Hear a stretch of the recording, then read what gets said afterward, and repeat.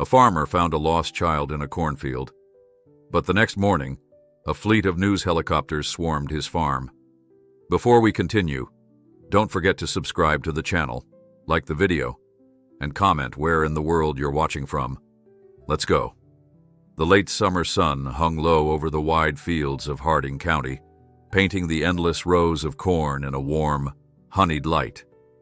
To anyone driving by, it was just another quiet afternoon on the outskirts of nowhere. But for Loren Miller, the morning had begun like any other, until he heard the distant, piercing scream that changed everything. Loren was a third-generation farmer known for his steady temperament and unwavering dedication to the land. At 59, he moved a bit slower than he used to, but his broad shoulders and sun-beaten hands still spoke of years spent wrestling with the soil and the elements. His wife, Bonnie, teased him that his heart was bigger than the 100-acre spread they owned. Now, after what he'd witnessed, Loren wondered if that heart of his might just burst.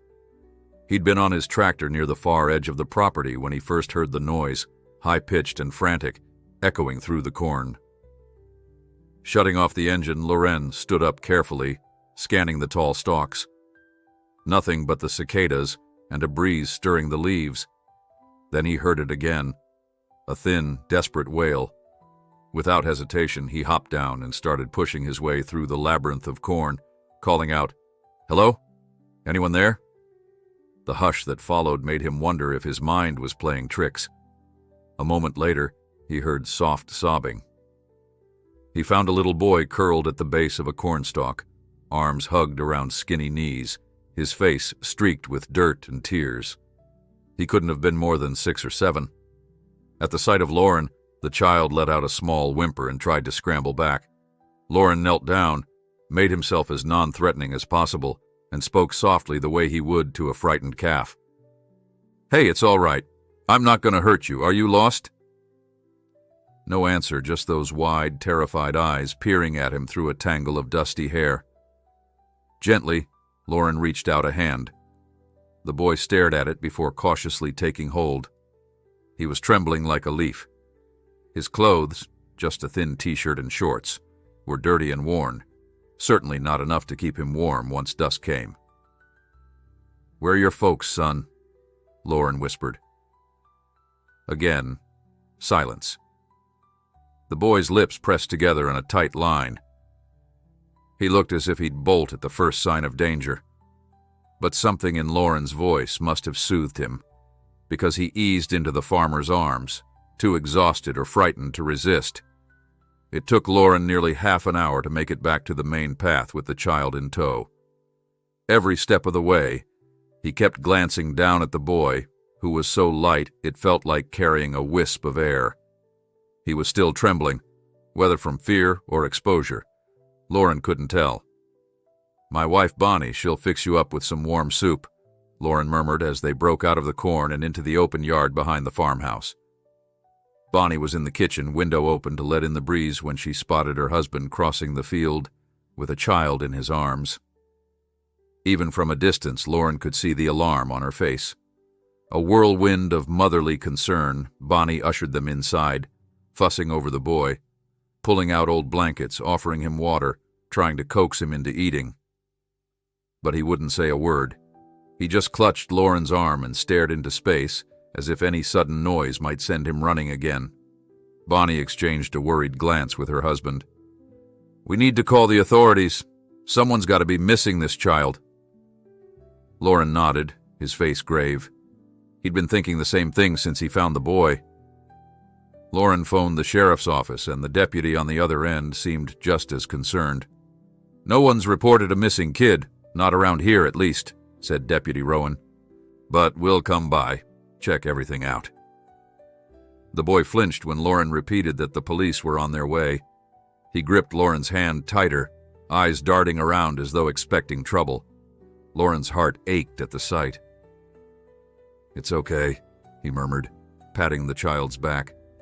"We just want to help." When Deputy Rowan arrived, he knelt by the child, tried to coax out a name or an address, but the boy just shook his head, tears threatening to spill again. Rowan's brow furrowed. "Could be from out of town." he said softly, as though not wanting to spook the child further. Sometimes families pass through on the highway. I'll put out some calls, see if there's an Amber Alert or something similar in the neighboring counties. Lauren and Bonnie exchanged anxious looks. They'd heard stories of runaways, custody battles gone wrong, kids disappearing from truck stops. The possibilities rattled them. That night, the boys slept fitfully in their guest room, waking every hour with frightened yelps that sent Bonnie rushing in to soothe him. Lauren paced in the living room, feeling helpless. Outside, a hush settled over the farm, the moonlight silvering the old tractor and the silo.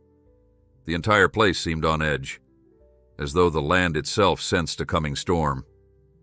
When dawn broke, Lauren found himself out by the corn again, gazing at the spot where he'd discovered the child.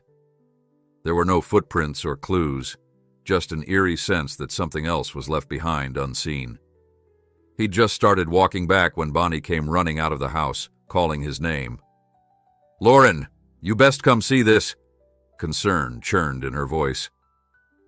Lauren rushed to the porch, taking the steps 2 at a time. She was standing there, the cordless phone in her hand, but that wasn't what made Lauren's stomach twist into knots. It was the rumble overhead. A helicopter. And not just one. In the distance, he could see at least 3 or 4 swirling around the fields, heading straight for the farm. The first was already lowering onto the gravel drive, kicking up dust in swirling clouds. Before Lauren could utter a word, men and women in suits and cameras came piling out of a news chopper, striding toward the house as though they owned the place. Another helicopter swooped in, painted with the call letters of a local TV station. "What in—" Lauren started. Bonnie pressed her lips together, her eyes wide. "They're reporters, Lauren," she whispered. "They're here because of the boy." One reporter, a wiry man with a crisp shirt and hair sprayed firmly in place, came up to the porch. "Mr. Miller?" he asked, camera crew trailing him. Lauren blinked, stepping protectively in front of Bonnie. I'm Lauren Miller.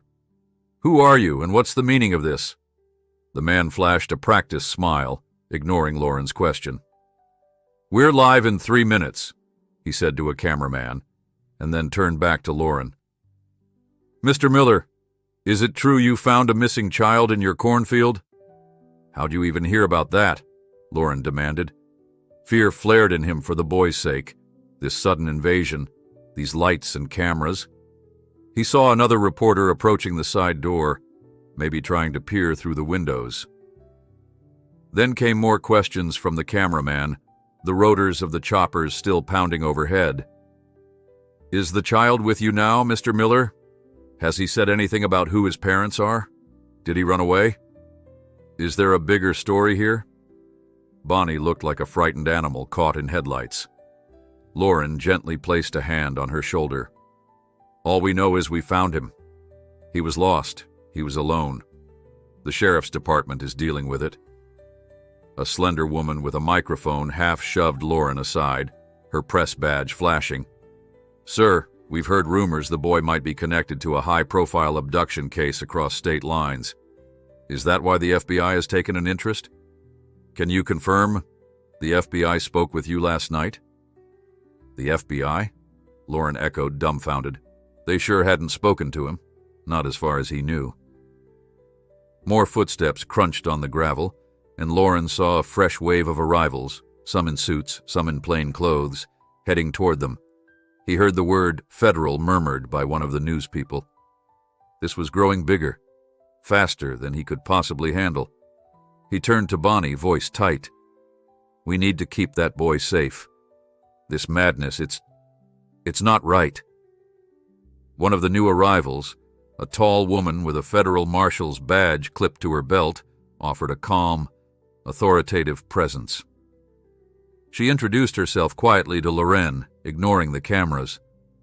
"Sir, I understand you're housing a child who might be part of an ongoing investigation.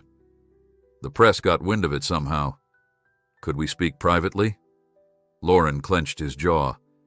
A part of him wanted to tell them all to get off his property, that he had a right to his peace. But he saw the fear in Bonnie's eyes, and imagined the boy's reaction if he witnessed this chaotic swarm of strangers. "Yes, come inside. We can talk in the living room," Lauren said. Then he raised his voice, addressing the crowd of reporters. "Y'all can wait out here, or better yet, go on home. This is private property." Of course, none of them left. They parted only enough for Loren, Bonnie, and the federal agent to pass, their cameras rolling, capturing every second. As the three stepped inside and slammed the door, Bonnie's hands shook. She set the chain lock, then the deadbolt. Lauren's farmhouse had never felt so small, so vulnerable, under the weight of all those prying eyes outside. In the living room, the boy was huddled on the couch, awake and trembling, clearly alarmed by the noise. Bonnie rushed over to him, draping the old quilt tighter around his shoulders. Lauren introduced the agent with a nod. "This here's, well, I didn't catch your name, ma'am." "Harper," she replied, kneeling beside the couch so she'd be at eye level with the child. Her voice was low, soothing. "It's okay, buddy. I'm here to help." The boy looked at her with the same haunted expression Loren had seen yesterday. Loren cleared his throat, trying to make sense of it all. "Ms. Harper, is this about an abduction across state lines? That reporter out there said—" She turned, regarding him with careful eyes. "I can't give many details right now, but the child may be connected to a larger case. People are asking questions, and the media's latched onto it. We're investigating leads. Until we know more, I strongly advise you to let us secure the child. Otherwise, you and your wife could be in danger." Bonnie shook her head firmly. "Danger? From who? This is a small town. We live a quiet life. We're not—" Her voice trailed off, but the unspoken question lingered. Why was the entire world descending on their doorstep over one lost boy? Harper's gaze flicked to the window, to the swirling helicopters, the restless crowd of journalists beyond the porch. "Ma'am, sometimes a small story becomes very big if the right connections exist. Let's say the child belongs to a high-profile family, or is linked to a crime syndicate, or was taken in a custody battle gone wrong. People want answers, and that kind of attention can be dangerous." Lauren felt the weight of her words. He didn't want to give the boy up. He'd just found him, and the child clearly trusted him. But a twist of fear made his gut clench. If the child's in danger, do I get a say in how he's protected? Harper glanced from Lauren to Bonnie, reading their concern. "You have a say, but we have the experience. This situation has escalated. For his sake and yours, we'll likely need to move him to a safe location. But first, I have to confirm his identity." She exhaled. "Can you ask him if he remembers his name? Or the name of his parents?" Bonnie looked to the boy, who was hugging the quilt as though it were a life raft. "We tried. He hasn't spoken. Just stares or cries when we push too hard." Harper nodded sympathetically. Then the child suddenly tugged on Lauren's sleeve. A whisper escaped the boy's lips, so faint they almost missed it. "Thomas." Lauren's eyes widened, and Bonnie's hand flew to her mouth. Harper spoke softly. "Thomas? Is that your name?" He nodded, tears brimming again. "Thomas," he repeated, voice quavering. Then he sank back into the couch, as though that simple admission had cost all the courage he had. It was the first piece of the puzzle, and outside the cameras still rolled, the rotors still churned, and the world seemed to close in on the Miller farm. No matter what they did next, Lauren knew life here would never be the same again. A tense hush settled over the living room in the moments after the boy, Thomas, whispered his name.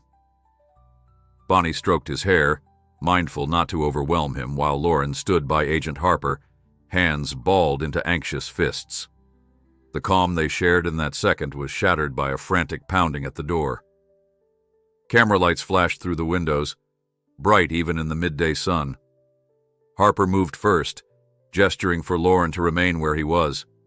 She crossed to the door, peered through the side window, and saw a different reporter this time. one with a microphone pressed to the glass, as if hoping to record every word. Another helicopter thundered low overhead, rattling the panes. "I'm sorry," she said sharply, half opening the door. "We're not answering any more questions at this time. Please respect the Miller family's privacy." The reporter tried to wedge a foot inside, eyes glittering with the promise of a headline. "Agent Harper, can you confirm the child's name? Any comment on the FBI involvement?" Behind him stood two more journalists, bracing cameras against their shoulders. Their voices overlapped in a chaotic tumble of accusations and demands. Harper inhaled. "No statements. Step back." She shut the door and relocked it. Shaken, Bonnie clutched the boy's hand. "They're not going to leave us alone, are they?" Lauren frowned. "What can we do?" He glanced at Thomas, wishing he had the power to shield that fragile soul from every intrusion. The boy's eyes fluttered open, then closed again, as though trying to block out the world. Agent Harper pulled out her phone. "Let me check with the local sheriff and see if we can clear them from your property. It's private land, so they shouldn't be allowed to barge in like this." Bonnie's tense shoulders eased a little. "Thank you. I just don't want the poor child terrified." From outside came more muffled shouts. It sounded like the press had cornered the deputy, too. Through the kitchen window, Lauren glimpsed the swirl of bodies near the barn. Rows of trucks lined the driveway, each sporting a local station's logo or some national affiliate's name. He hadn't realized so many news outlets even existed. Harper stepped away to speak quietly on her phone. Loren thought back to that first moment he'd spotted Thomas among the cornstalks. It felt like a lifetime ago, though scarcely 24 hours had passed. How quickly peace could crumble. Eventually, Harper returned with a grim set to her mouth.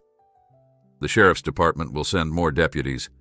They'll move the reporters to the main road, but we can't stop them from hovering in helicopters or waiting for statements. It's best you stay inside and let law enforcement handle the crowd." Bonnie nodded. "And Thomas, I suppose you'll want to move him somewhere safer." Harper pursed her lips. "That's a conversation we should have. I know you've formed a bond with him. Finding a child in that state builds trust. But once the press is spooked, that could draw attention from other parties." Lauren's stomach sank. "Other parties?" Harper's tone stayed careful. "If this child's disappearance involves criminal elements, they may not be happy he's been found alive, or that word has spread so widely. The media coverage is a beacon. We need to get him secure." Thomas's fingers curled around Bonnie's wrist. He gazed up at Loren and Harper, silent plea in his eyes. Loren swallowed.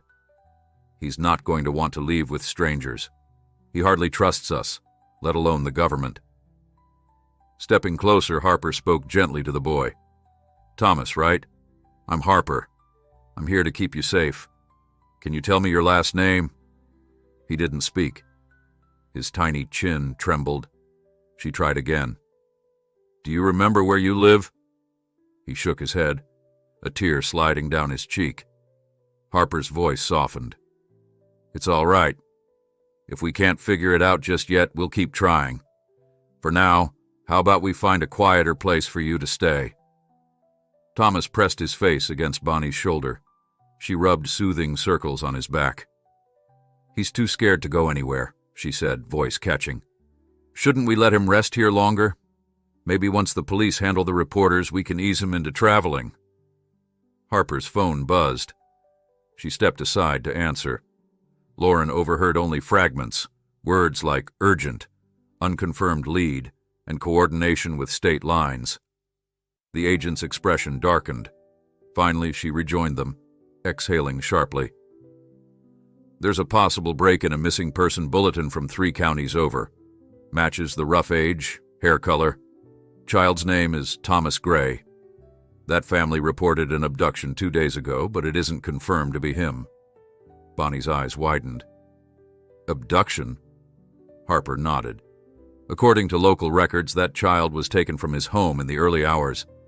The father, well, Let's just say there's suspicion involving custody disputes, drug issues. We're investigating further." She met Lauren's concerned gaze. If Thomas Gray is indeed this boy, it means there's a father who might be looking to reclaim him, legally or otherwise. Lauren glanced at the child. He pictured an unstable, possibly violent man busting down the door to snatch the boy. "Then, I guess you need to get him someplace guarded. We can't let anything happen to him." Though the notion of sending Thomas away left a bitter taste, Lauren understood the logic. Their home was overrun with news crews. Anyone with ill intentions could hide among them. The cornfield no longer felt like a refuge. It felt like a trap. The agent offered a sympathetic half-smile. "I know this is difficult. He's latched onto you and your wife. If it's all right, I'd like you to come with us, at least during the initial relocation. You might be a calming presence." Bonnie looked both relieved and terrified. "Where would we go?" "A local safe house used for protective custody situations," Harper explained. "It's out of the main spotlight. We'll keep a low profile." Lauren and Bonnie exchanged glances. He noticed Thomas clinging to his wife's apron, eyes darting anxiously. The kid had chosen them as his safe place. With a firm nod, Lauren replied, "We'll come. Whatever helps him adjust." Outside, the roar of choppers continued, though the voices seemed muted. Perhaps the deputies had succeeded in pushing back the media. As Harper discussed timing and logistics with someone on her phone, Lauren packed a small bag with essentials. Bonnie gathered a change of clothes for Thomas and a few items to keep him occupied: a small stuffed dog, crayons, a pad of paper. She paused to write a note for her sister who lived in the next county, explaining there was an emergency. Thomas never strayed far from Bonnie's side. Whenever she stepped out of the room, he'd begin to panic. Lauren tried to reassure him. "Don't worry, she's just in the kitchen," he would say. The child would nod but remain tense until Bonnie returned. Within the hour, a pair of black SUVs pulled into the farm's yard. Law enforcement stepped out, scanning the perimeter. Agent Harper gestured for Lauren and Bonnie to take the boy outside through the back door to avoid cameras. The group slipped through the yard, crouching beneath window lines, climbing into the second SUV. Lauren carefully set Thomas in the back seat between himself and Bonnie. As the vehicles rolled away, Lauren stared out the tinted windows at a scene that felt surreal. 2 sheriffs were pushing reporters behind a temporary barricade. Cameras flashed. Helicopters hovered overhead, capturing the convoy departing. It was an odd feeling, leaving his own land in secrecy, wondering if he'd return to a farm forever changed. They drove for 30 minutes, farmland giving way to rolling hills. Eventually, they turned onto a dirt path leading to an old cabin, half hidden by tall pines. The place looked abandoned, but fresh tire tracks told a different story. Another agent emerged, nodded to Harper, and unlocked the door. Inside was modest furniture, low lighting, and drawn curtains. Thomas pressed close to Bonnie, eyes scanning the dusty walls. Harper encouraged them to settle in, then motioned the other agent to check the perimeter. Soon the group huddled around a small table with chipped edges.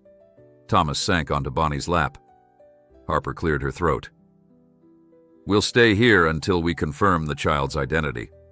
If he is Thomas Gray, we'll contact the family, assuming it's safe and legal." Bonnie gently rocked the boy. "And if it's not safe? If the father is dangerous?" Harper shrugged. "Then Child Protective Services will step in. The last thing we want is placing him into a harmful situation. If this father's background is as questionable as rumored, we'll follow legal channels." Lauren felt the tension in his shoulders. For all the talk of abductions, they still didn't know the truth. Could it be that someone else took Thomas, and not the father? A different question nagged at him. Where was the mother? Darkness fell outside, the cabin's single lamp illuminating the group. Agent Harper stepped out to speak on her phone again. Returning moments later, she ran a hand through her hair. "Local law enforcement identified the mother. Her name's Angela Gray. She's frantic, wants her boy back, but they also mention a restraining order against the father. This situation might be bigger than a custody battle. Thomas's head lifted at the word mother, eyes flickering with something close to recognition. "Mom," he whispered. Bonnie's heart lurched. She ran a comforting hand along his arm. "You remember your mom, sweetie?" He gave a tiny nod, then buried his face in Bonnie's shoulder. That small motion was more than he'd offered before, stirring equal parts relief and sorrow in Loren. The child was beginning to show glimpses of memory. Sometime after 9, Harper took Loren aside, dropping her voice to keep from alarming Thomas. "We've got federal contacts running this. The father, Grant Gray, is an ex-con with ties to known offenders. The mother divorced him, gained sole custody, and he vanished. Then, 2 days ago, the boy goes missing. We suspect the father abducted him. But somehow the child ended up on your farm. No one can explain that part." Loren raked a hand across his forehead. "We found no footprints besides the boy's. No sign of a struggle. It's like he just appeared." Harper nodded. "We can guess the father got spooked, or maybe he had a breakdown. We won't know until the father's found." Loren shuddered. Some part of him braced for the possibility of that man coming to reclaim Thomas by force. When Harper finished, they both turned to see Thomas asleep against Bonnie, tiny chest rising and falling under the warm glow of the lamp. Bonnie stared down at his face, tears in her eyes. "He's such a sweetheart," she whispered. "Who'd hurt a child like this?" No one had an answer.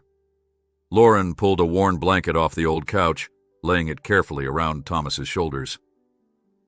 Outside, the wind picked up, rattling the shutters of the cabin. Harper and her colleague did one more sweep of the property, flashlights bobbing in the darkness. Loren double-checked the front door lock. By the time he settled into a chair beside Bonnie, exhaustion crushed him.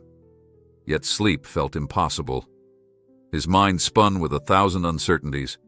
A father's potential threat, a mother's desperate longing, the swirling media storm back home.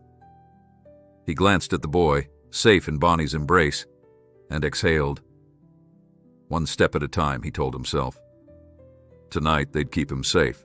Tomorrow would bring answers, or more chaos. Morning light crept through the dusty windows of the safe house, softening the sharp edges of the night's anxiety. Loren woke in the cramped chair, where he'd dozed off, spine protesting in a series of aches. Bonnie was curled on the old sofa, one arm around Thomas, who was still asleep beneath the faded blanket. The hush felt fragile, as if a single raised voice might shatter it. Agent Harper, looking as tired as the rest of them, sat at the small kitchen table, flipping through documents. She nodded a greeting when Loren rubbed his eyes and stood. "Morning," she whispered. "Any trouble overnight?" He shook his head. "None that I noticed." Casting a worried glance at Bonnie and Thomas, Loren lowered his voice. "Did you hear anything new about the father?" Harper cleared her throat. "There's been a statewide alert issued. Deputies in 3 counties are searching for Grant Gray. So far, no confirmed sightings. The mother, Angela Gray, has arrived in the area. She's under police protection too, staying at a motel near the sheriff's station until we verify Thomas's identity. It's all happening fast." Loren swallowed. "So you think it's definitely her boy?" Harper exhaled. "We won't be 100% sure until we do further checks. Photos, maybe a gentle approach so we don't scare him. But the preliminary details match. Angela Gray's about 5 minutes from giving a statement to the local news, apparently. Her attorney wants the story public to pressure the father into surrender." Loren frowned. "More publicity is the last thing we need. These reporters are hounding us. And if Grant Gray is dangerous, he might see that coverage and do something reckless." "That's the risk," Harper said, massaging her temples. "But Ms. Gray has the right to make appeals for her missing child. If it were me, I'd probably do the same. Let's just hope cooler heads prevail." A soft sound came from the couch. Thomas stirred, blinking in the dawn light. Bonnie gently brushed hair from his forehead. "Good morning, sweetheart," she said. He watched her for a moment, then glanced at Lauren, uncertain but calmer than before. They found cereal in one of the cabinets, probably left by previous occupants. Bonnie fixed a small bowl for Thomas, coaxing him to eat. At first, he only stared at the flakes swirling in milk, but eventually, he took timid spoonfuls. The child's shoulders relaxed as hunger gave way to cautious trust. The simple act of breakfast felt like a minor victory. While Thomas ate, Harper received a call from her partner outside. She stepped onto the porch for better reception. Lauren took the chance to kneel beside the boy. "Thomas," he said quietly, "does the name Angela Gray sound familiar?" At first, the child's spoon froze in midair.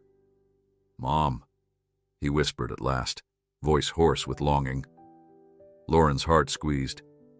"She might come see you soon with the police. Would that be okay?"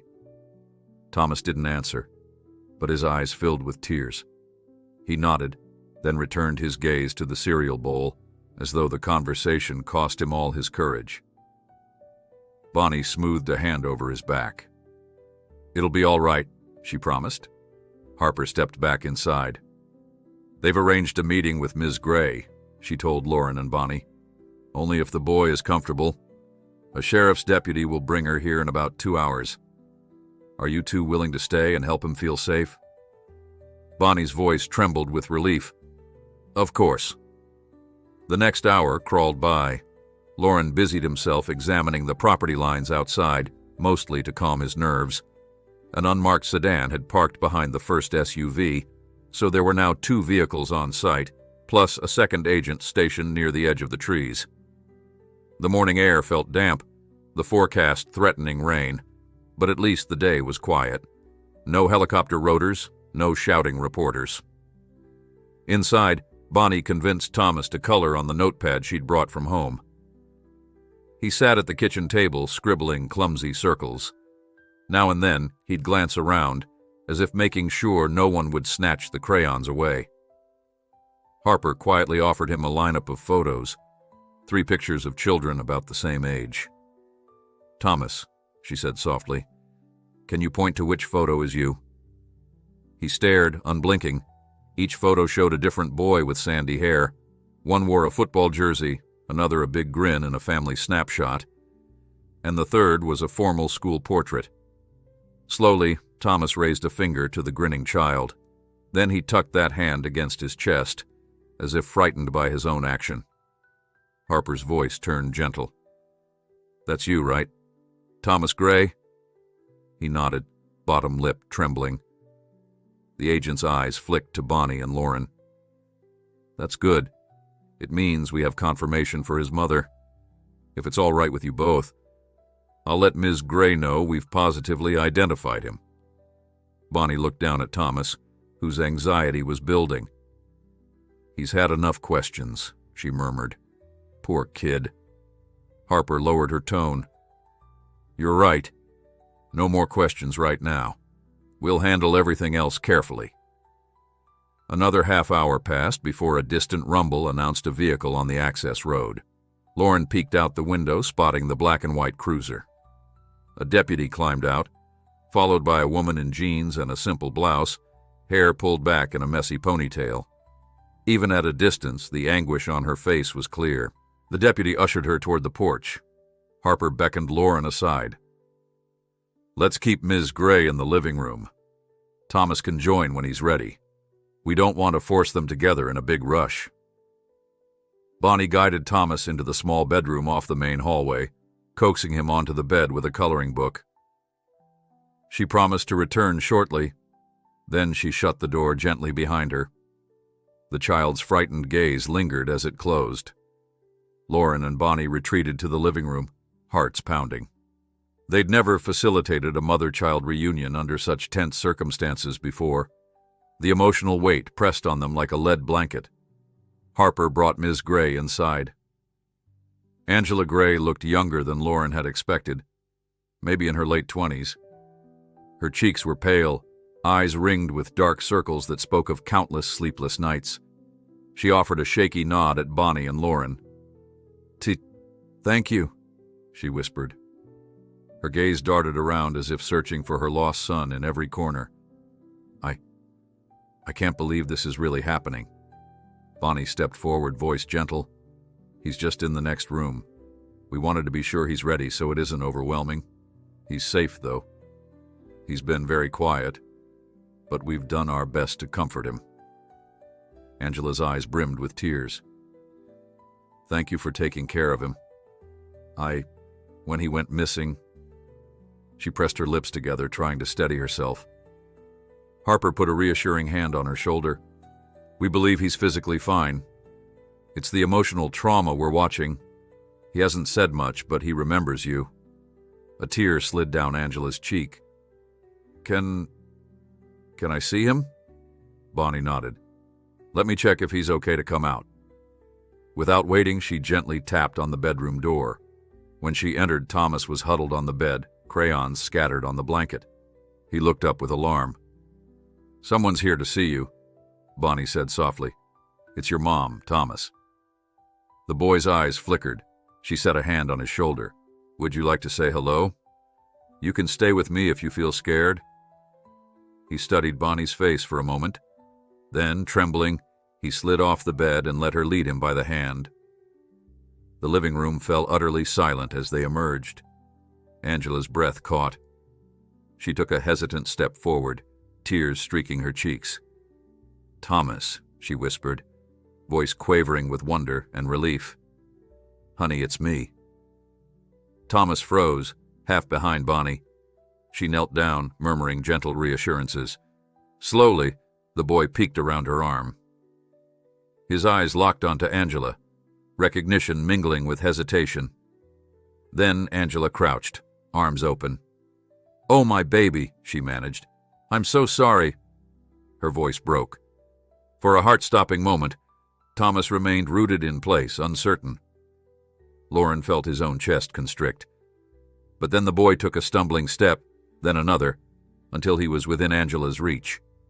She pulled him into a fierce hug, sobbing into his hair. Thomas let out a tiny, muffled whimper, pressing his face against her shoulder. Watching mother and son reunite, Lauren felt tears sting his own eyes. Bonnie's breath shuddered.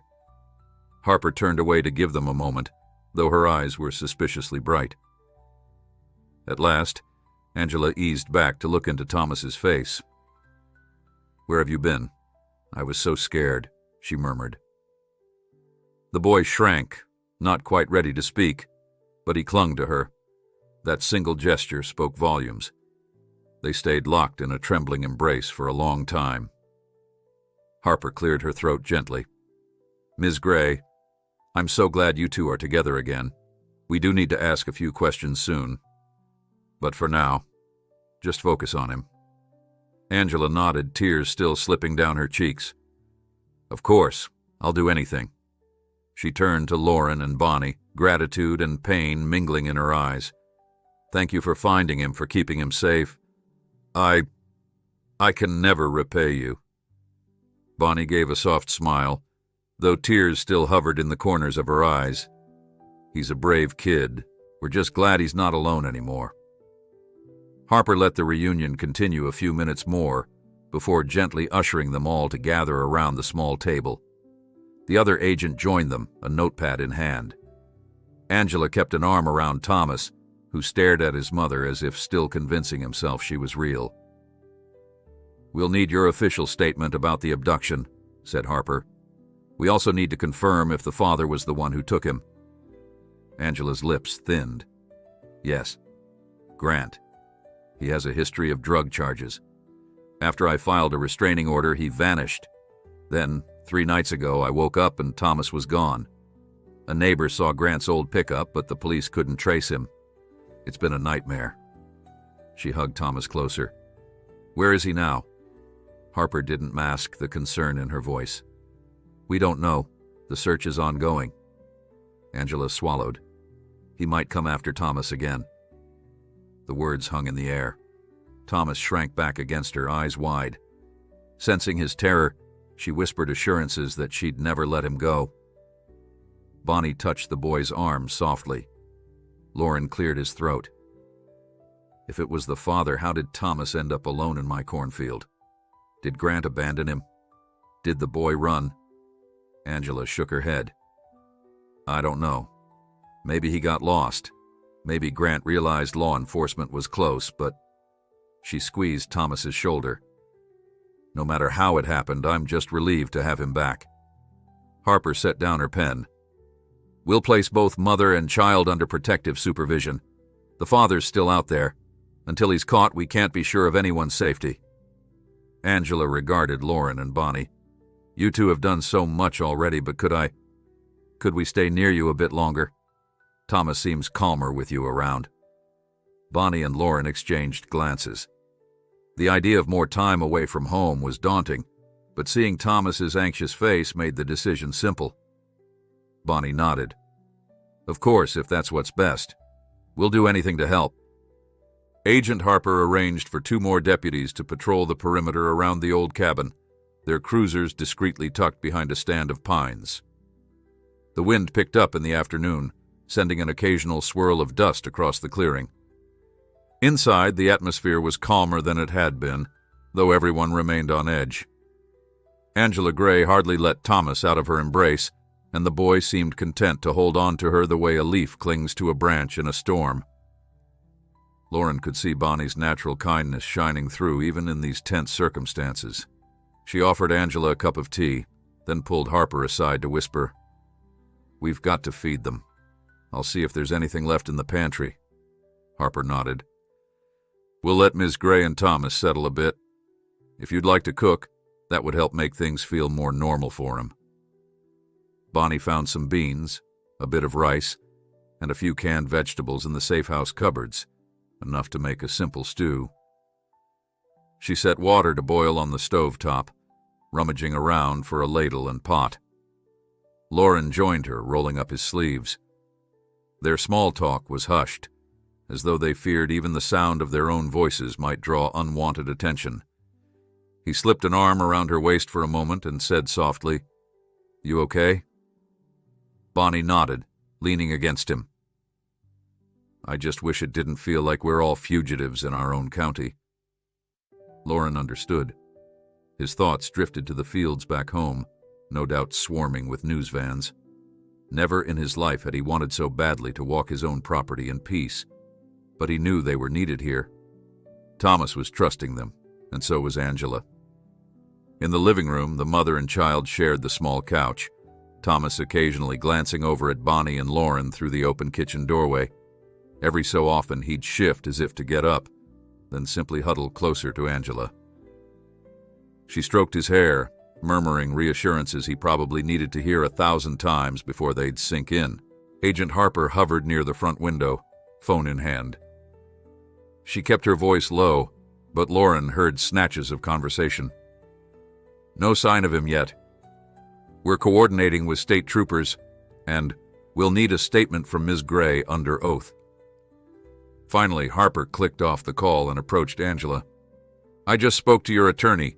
He confirmed you'll fully cooperate if a formal hearing is required. The judge might fast-track protective orders to keep you and Thomas under government watch until they locate your ex-husband. Angela nodded. I'll sign whatever I have to, if that keeps Thomas safe. Her eyes flicked down to the boy's face. He was busy picking at a loose thread on the couch cushion, but the mention of his father's name made him tense. Angela swallowed. Grant never used to be this dangerous, but after prison, everything changed. Lauren and Bonnie listened quietly from the kitchen, ladling stew into mismatched bowls. When dinner was ready, they brought it over, distributing bowls to everyone. Thomas stared into his with uncertainty, as though he'd forgotten what a normal meal felt like. Angela coaxed him to take a bite. Gradually, the child's posture loosened, lulled by the simple warmth of home-cooked food. Harper took a moment to eat as well. She sat on the edge of a beat-up armchair, methodically checking messages between spoonfuls. We have deputies scouring the roads out of Harding County. If Grant tries to slip away, they'll catch him eventually. And with the news coverage, it's almost impossible for him to stay hidden. Someone will spot him. Unless he's got help, Angela muttered. Her expression darkened. He always had these sketchy friends, the kind you'd never want around your kids. I used to argue with him about that. Thomas froze with a spoon halfway to his mouth. A quick flash of fear crossed his face. Sensing it, Bonnie redirected the conversation, asking Angela about her hometown, trying to shift the child's focus. They kept the chatter light, and for a short while, the cabin felt almost like a safe haven, rather than a fortress under siege.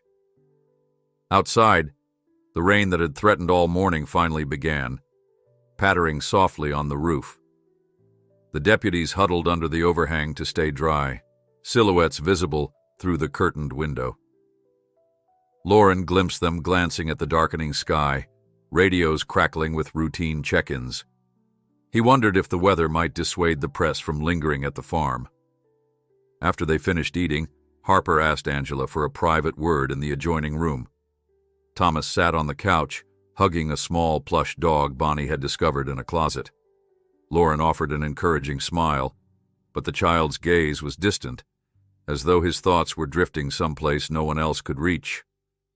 Bonnie tried to clean the dishes in the ancient sink. There's hardly any water pressure, she murmured. Makes me miss our kitchen. Despite her calm tone, Loren knew the day's events weighed on her. He could read the worry in every small gesture, the slight tremble of her hands. She put down a dish and turned to him. We should try to get word to your sister, let her know we're all right. I can call her on Harper's phone, I guess, Lauren replied, drying off a bowl. But I bet the sheriff's told her something. Bonnie nodded. Still, it'd be good to hear a familiar voice. She glanced at Thomas, who had curled into a ball on the couch. Poor boy hasn't even smiled once. I wish there was something we could do. Lauren walked to the child, sat carefully on the edge of the couch. Hey, sport, he said softly, using the tone one might use with a frightened puppy. How you holding up? Thomas just clutched the plush dog tighter and leaned into Lauren's side. The simple contact made Lauren's chest ache with an odd mix of sorrow and tenderness. Want me to read you a story or something? He offered. Thomas gave a slight shrug, not exactly a refusal, so Lauren picked up a newspaper from the coffee table, flipping to a random page with a short local interest piece about farm life. He began reading in a slow, reassuring cadence, swapping real names for silly references about roosters in the fields, just to coax a bit of amusement from the boy. Thomas remained mostly quiet, though a flicker of curiosity danced across his features. Angela returned to the living room, tension etched into her face. She settled next to Thomas, running a hand over his back. They're finalizing some protective details for us, she said, voice subdued. We might be relocated to another site within a few days. They want to keep rotating safe houses until Grant's caught. She bit her lip. I know it's for our protection, but it's a lot. Bonnie wiped her hands on a dish towel and joined them. We'll do whatever helps. I don't want you to feel alone in this. Lauren nodded in agreement. Angela's eyes moistened. You two barely know us, yet you've helped so much. She paused, looking down at Thomas. He trusts you. That's rare. Thomas reached for Bonnie's hand, a quiet testament to the bond forming. Lauren felt a lump in his throat. They'd stumbled into this child's life by accident, but it already felt personal, as if they'd been entrusted with something precious. He recalled how just yesterday he had been checking irrigation lines, grumbling about the cost of fertilizer. That mundane existence seemed so distant now. While Angela and Thomas lay down to rest, mother and son curled together in the bedroom. Harper gathered Lauren and Bonnie in the hall. I appreciate everything you're doing, she said. This is an unusual situation, having the finders of a missing child remain involved, but he's responding well to you. Bonnie hesitated. "We only want to help him feel safe." Harper's next words were unexpectedly gentle. "You're doing that, but keep your guard up. If Grant Gray picks up any rumor of where the boy is, he could make a move." Lauren's jaw tensed. "He'd have to get through law enforcement, right?" Harper sighed. "We have deputies posted, plus the highway patrol on alert. But desperate people do reckless things. Just be vigilant." Lightning flickered beyond the windows as thunder rolled closer, making the cabin lights flicker. Bonnie winced at the rumble. "Storm's picking up." Harper tapped her earpiece, listening to a fuzzy report. "A power outage near the main road," she said, frowning. "One of the deputies lost radio contact, but it might just be the storm." The evening wore on, each passing minute stretching nerves taut. Once the cabin's lanterns were lit, they scrounged more blankets from an old trunk. Thomas slept on the bed with Angela beside him, while Lauren and Bonnie made do with blankets on the floor. Harper dozed intermittently on a chair, gun at her hip. Through the walls, the rain hammered steadily. And so they passed another uneasy night, hearts pounding at every noise. Near dawn, Lauren startled awake to the sound of a deputy pounding on the door. He scrambled to his feet, breath catching. Harper rushed forward, cracked the door open. The deputy outside was drenched, eyes wide. "We've got a problem," he said, voice urgent. "There's a truck parked half a mile up the dirt road, no plates, lights off. Looks suspicious. Could be him." Harper cursed under her breath. "Stay calm. We'll lock down the cabin. Let's not jump to conclusions." Angela, awakened by the commotion, emerged clutching Thomas's hand. "What's going on?" she demanded, fear spiking in her voice. Bonnie crouched to reassure Thomas. "It's all right. Stay close to your mom." Lauren grabbed his jacket. The deputy motioned for Harper and Lauren to follow, but Harper gestured for Lauren to remain inside. "No, you stay with them. I'll check it out with the deputy. If it's just a broken-down vehicle, no sense in alarming everyone." As Harper and the deputy disappeared into the rainy dawn, thunder rumbled again, and Angela clutched Thomas. Bonnie hovered beside them, tension in every line of her body. Lauren pressed his ear to the door, hearing only the relentless downpour. A sense of dread settled into the pit of his stomach. If it really was the father out there, they might be about to face the confrontation everyone feared. Thunder boomed across the pines as Lauren pressed his ear to the cabin door, tension coiling in his gut. Rain pelted the roof and dripped from the eaves, and every distant crackle of static made his heart stutter. In that narrow front room, Bonnie, Angela, and Thomas stood close, the boy clutching his mother's hand so tightly that his knuckles shone white. The second deputy on the porch had retreated beneath the overhang, radio in hand, eyes scanning the dim tree line. Moments earlier, Harper and the first deputy had gone down the dirt road to investigate a suspicious truck. They had promised to return quickly, but Loren couldn't shake the feeling that the storm was more than just rain. It was a harbinger of danger bearing down fast. Angela's breath came in ragged bursts as she tried to reassure Thomas. The child was silent, wide-eyed, small shoulders trembling beneath his threadbare t-shirt. Bonnie rested a hand on Angela's arm and whispered, "It might be a false alarm. Try not to worry him more." Angela nodded, wiping a strand of damp hair from her face. Yet the look she gave Lauren was one of raw desperation, as if silently pleading for him to keep them safe from an unseen threat. Lauren managed a faint nod of solidarity. The radio crackled on the deputy's hip, but the static garbled any words. He pressed the talk button. "Harper, do you copy? Harper?" Nothing but hisses and faint thunder. He grimaced. "Might be the storm messing with reception." The pounding in Lauren's chest intensified at the notion that Agent Harper could be in trouble. His mind spun with worst-case scenarios. Grant Gray lurking in the woods with a weapon, or the truck left as bait while the father crept up from another direction. All the while, the sky lit with sporadic lightning, revealing tall silhouettes of dripping evergreens swaying in the gale.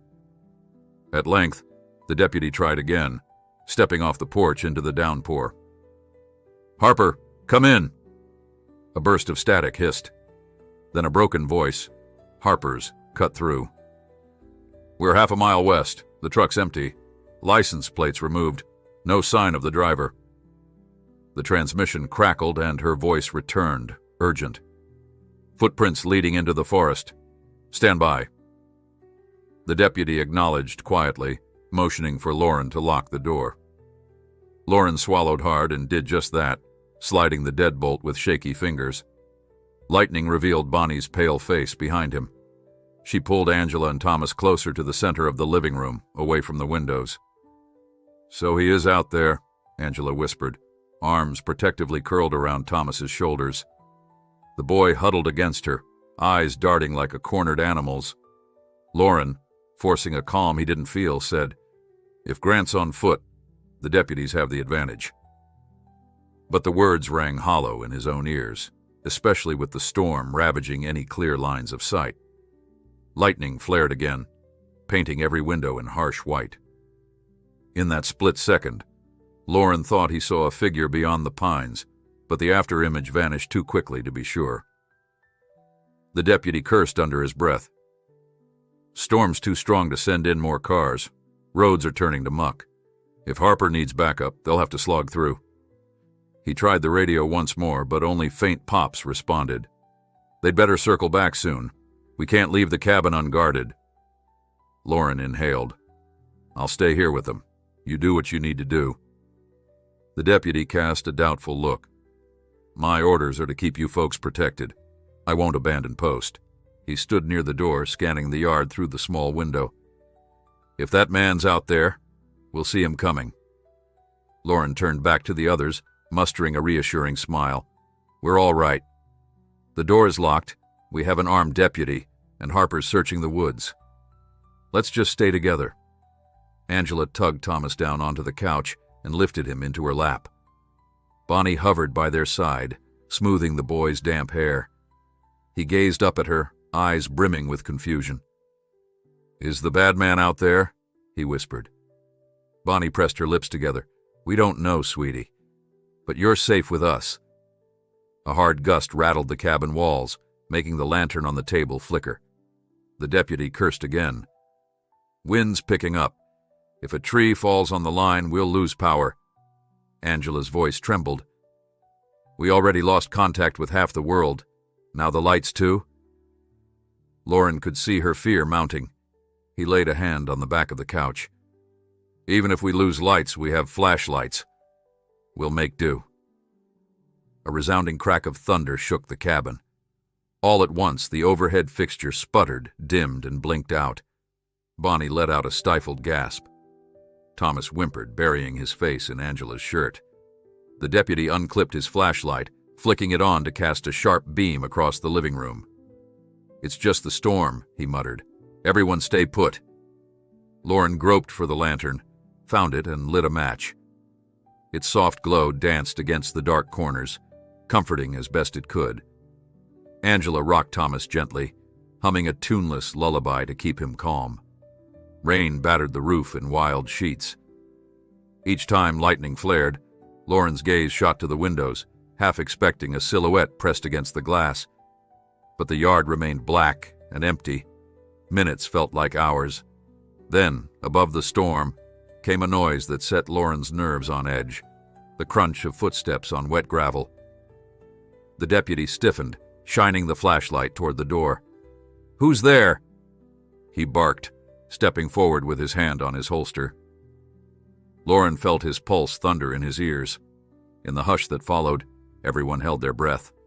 A shadow loomed against the frosted pane, and a fist pounded. "Let me in!" a voice yelled over the wind. "It's Harper!" The deputy exhaled, tension sagging from his shoulders. He hurried to let her in. Harper and the other deputies stumbled through the door, soaked to the bone, faces grim. She clutched her phone in one hand and a service pistol in the other, water dripping off her ponytail. The deputy following her shut the door against the torrent. Bonnie grabbed a towel from the kitchen. "What happened?" Harper's voice was low but urgent. We followed footprints into the forest. They vanished near a stream. Could be he doubled back. The truck was definitely abandoned. We suspect it belongs to Grant or an associate. No sign of them now. Angela stared at Harper, eyes wide. So he's out there free? Harper nodded wearily. For the moment. But with this storm raging, it's unlikely he'll attempt anything too brazen. Still, we can't rule out desperation. Thomas clung to his mother, trembling. Harper regarded him softly. I'm sorry, Bud. We'll keep you safe. Her partner peeled off his wet jacket. Weather's a nightmare. Roads might be impassable soon. He shot Angela a sympathetic glance. We can't relocate you in this storm. If we try, we could get stuck halfway. Best we bunk here until morning. Lauren appreciated the logic, though the idea of another tense night in these cramped quarters weighed on him. Angela reached for Thomas's hand. We'll manage, she said, voice tight. Just please, no one let him out of sight. Harper affirmed they'd keep watch in shifts, so someone would always be awake. Angela sank back onto the couch with Thomas, who had nestled into her lap once more, silent as a ghost. They spent the next hour arranging makeshift sleeping spots.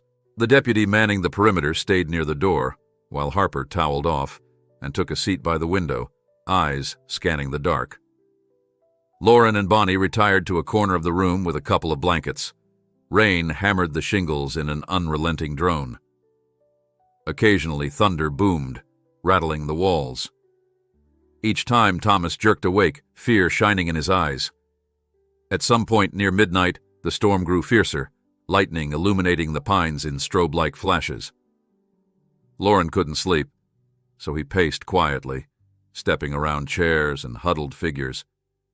He saw Angela half dozing, one arm locked around Thomas. She looked exhausted, a deep hollowness in her expression. Her hair was still damp from earlier tears. Bonnie was curled on a blanket, eyes closed but brow furrowed. Harper gave Lauren a tiny nod of acknowledgement from her station at the window, pistol resting within easy reach. Then it happened. A flash of lightning lit the yard and Loren glimpsed a figure near the tree line.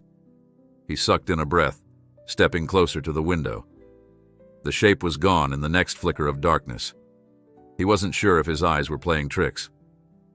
Harper, he hissed. I think I saw something out there. She snapped to full alert, peering out intently. Where? He pointed toward a tall pine at the far corner of the clearing. Another lightning flash, but this time the yard remained empty. Harper motioned for the nearest deputy, gesturing for him to remain calm. The deputy flicked off the interior lantern, plunging them into deeper darkness. If someone was lurking, that intruder wouldn't see them as clearly. A minute passed like an eternity. Rain hammered the roof, and thunder swelled, but no one moved. Thomas stirred and let out a frightened whine. Angela whispered comfort into his ear. Lauren scanned the gloom outside, heart pounding. If it was Grant Gray, he could be waiting for an opportunity to slip in. Or perhaps he'd realized the place was too well guarded and vanished. With the storm providing cover, it was impossible to tell. Harper signaled for calm. No sense in flailing around in the dark. We'll keep watch from here. If he tries anything, he won't get far. The deputy nodded grimly.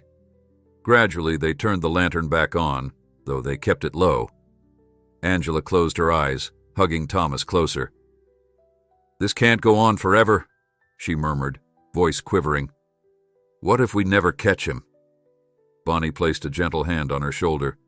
We will. He can't outrun everyone forever. Lauren sank onto the floor, leaning against the wall, eyes half focused on the night outside. Each time lightning flashed, he steeled himself to see that shape again. But the trees swayed, without revealing a lurking presence. At length, the storm's roar settled into a steady downpour, the worst of the thunder drifting east. Tense minutes ticked by with no further sign of intruders. Gradually, the household let out a collective breath, though no one truly relaxed. Sometime past 1 a.m, Thomas finally slipped into a deeper sleep in Angela's arms. The deputies, soaked and tired, brewed some coffee in the tiny kitchen, while Harper kept her post. Loren found himself sharing a look with Bonnie, a silent recognition that fate had cast them in a role they never asked for. Yet here they were, guardians in the night, protecting a frightened boy and his mother from a threat that might be anywhere, or nowhere, in the shadows. Loren hardly slept. He found himself nodding off, then jolting awake at the slightest shift or rustle.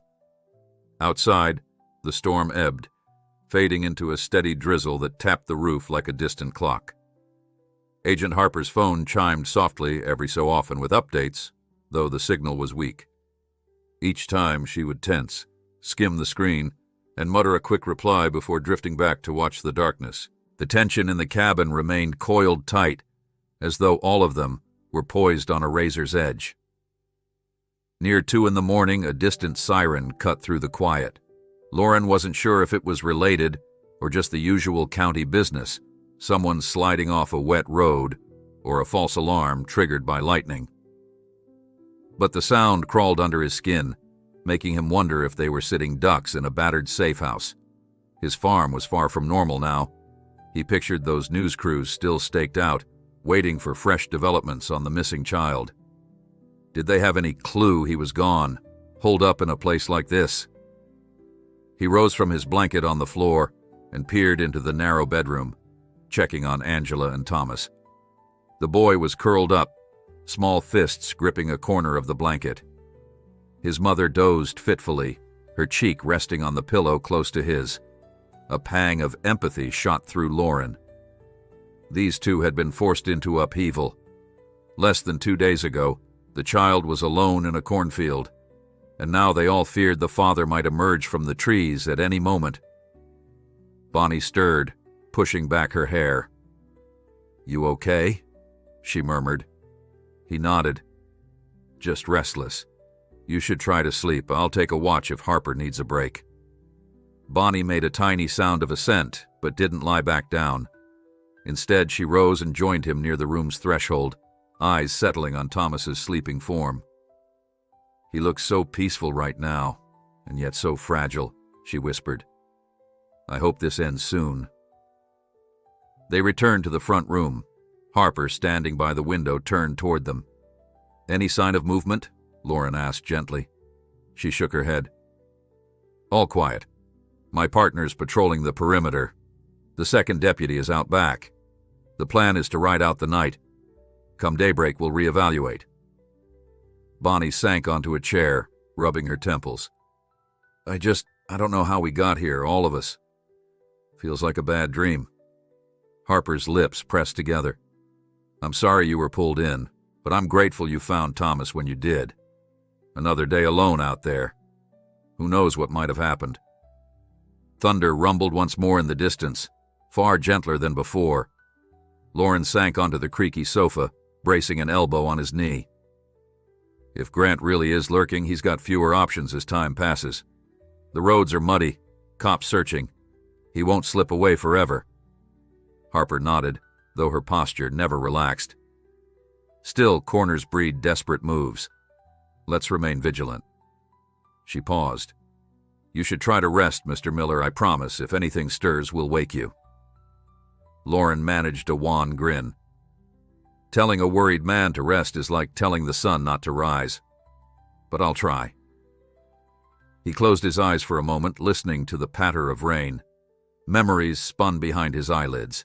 Thomas's trembling form among the corn, the endless barrage of camera crews, and now this vigil in the gloom. It was surreal, as if all sense of normalcy had been ripped away. Eventually, he drifted into a fragile doze. When dawn finally broke, faint gray light seeped through the windows, revealing a silent world of soggy pine needles and puddles. The storm had dwindled to a misty drizzle, and the wind was nearly still. Loren woke stiff and groggy.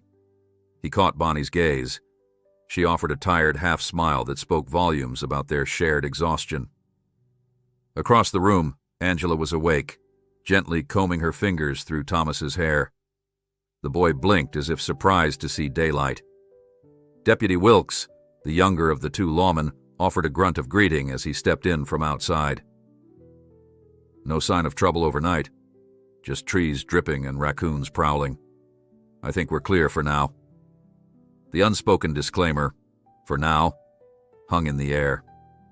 Harper conferred quietly with her partner, then announced, "We'll coordinate with local PD about relocating you folks, once the roads are passable. Another day or two, perhaps." Angela bit her lip. "I'd rather not keep running if it's safe. But I understand we might have to." Bonnie volunteered to prepare a simple breakfast. As she searched the shelves for anything beyond canned beans and stale cereal, Lauren took a seat next to Thomas. "Morning, buddy," he said quietly. "How you feeling?" Thomas only looked at him, uncertain. Angela placed a gentle hand on the boy's shoulder. "He's a bit shaky still, but at least he got some sleep." She angled her face toward Lauren. "He told me earlier he had nightmares. I'm worried he'll carry fear for a long time." Lauren exhaled. "One step at a time, right?" He ruffled Thomas's hair. "Whenever you're ready to talk, we're here." The child pressed closer to his mother and shut his eyes. Lauren recognized the exhaustion in that gesture. Bonnie managed to find a single package of instant oatmeal. She divided it among them all in chipped mugs, apologizing for the meager portions.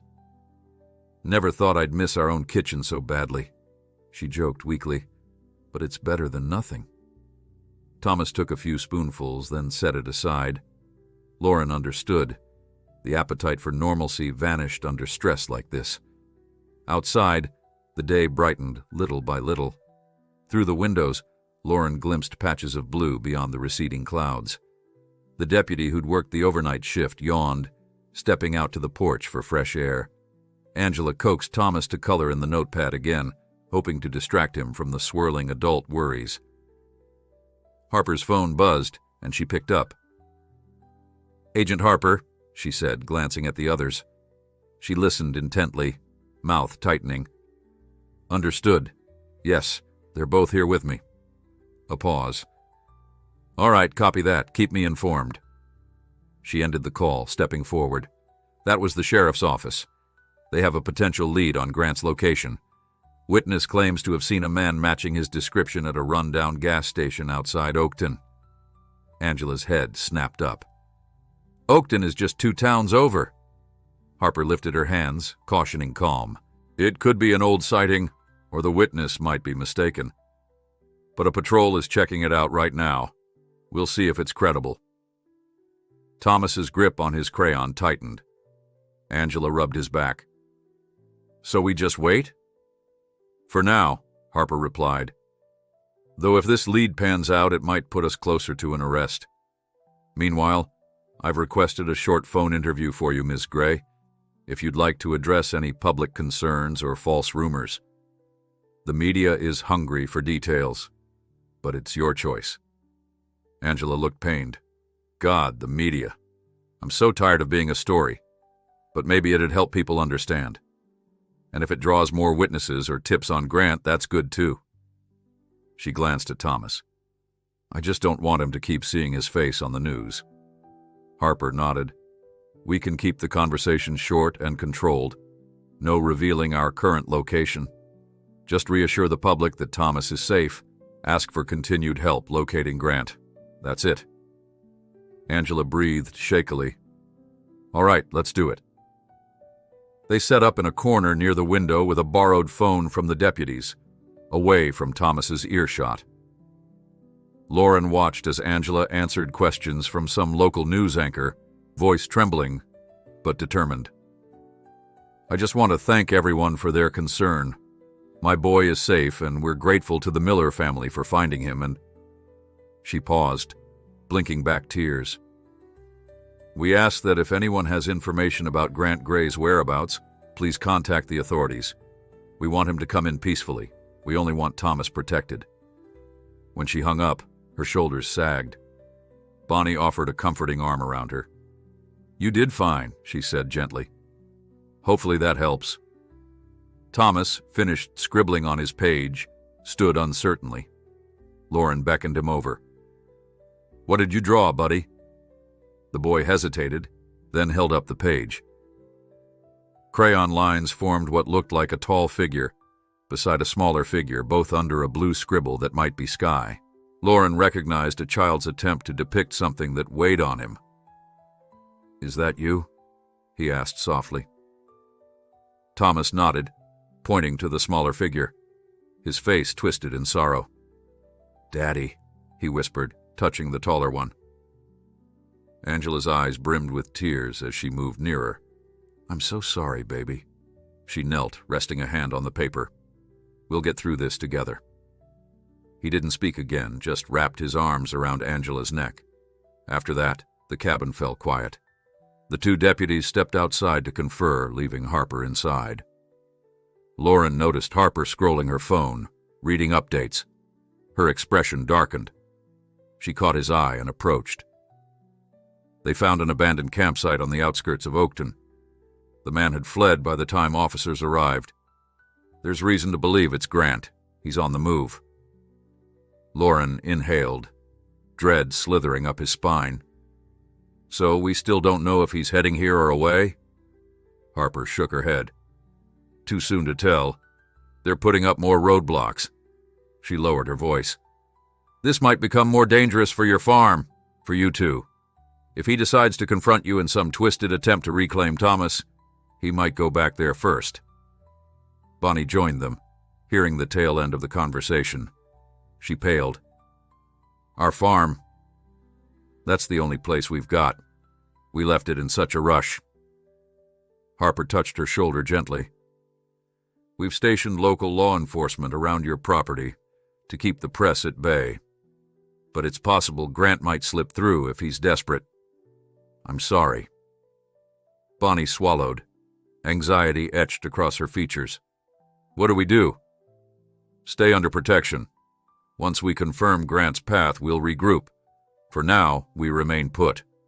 Lauren exhaled heavily, frustration mingling with fear. He hated feeling powerless, yet he saw no better option. The child's well-being was priority, and if Grant threatened that, they had to stay vigilant.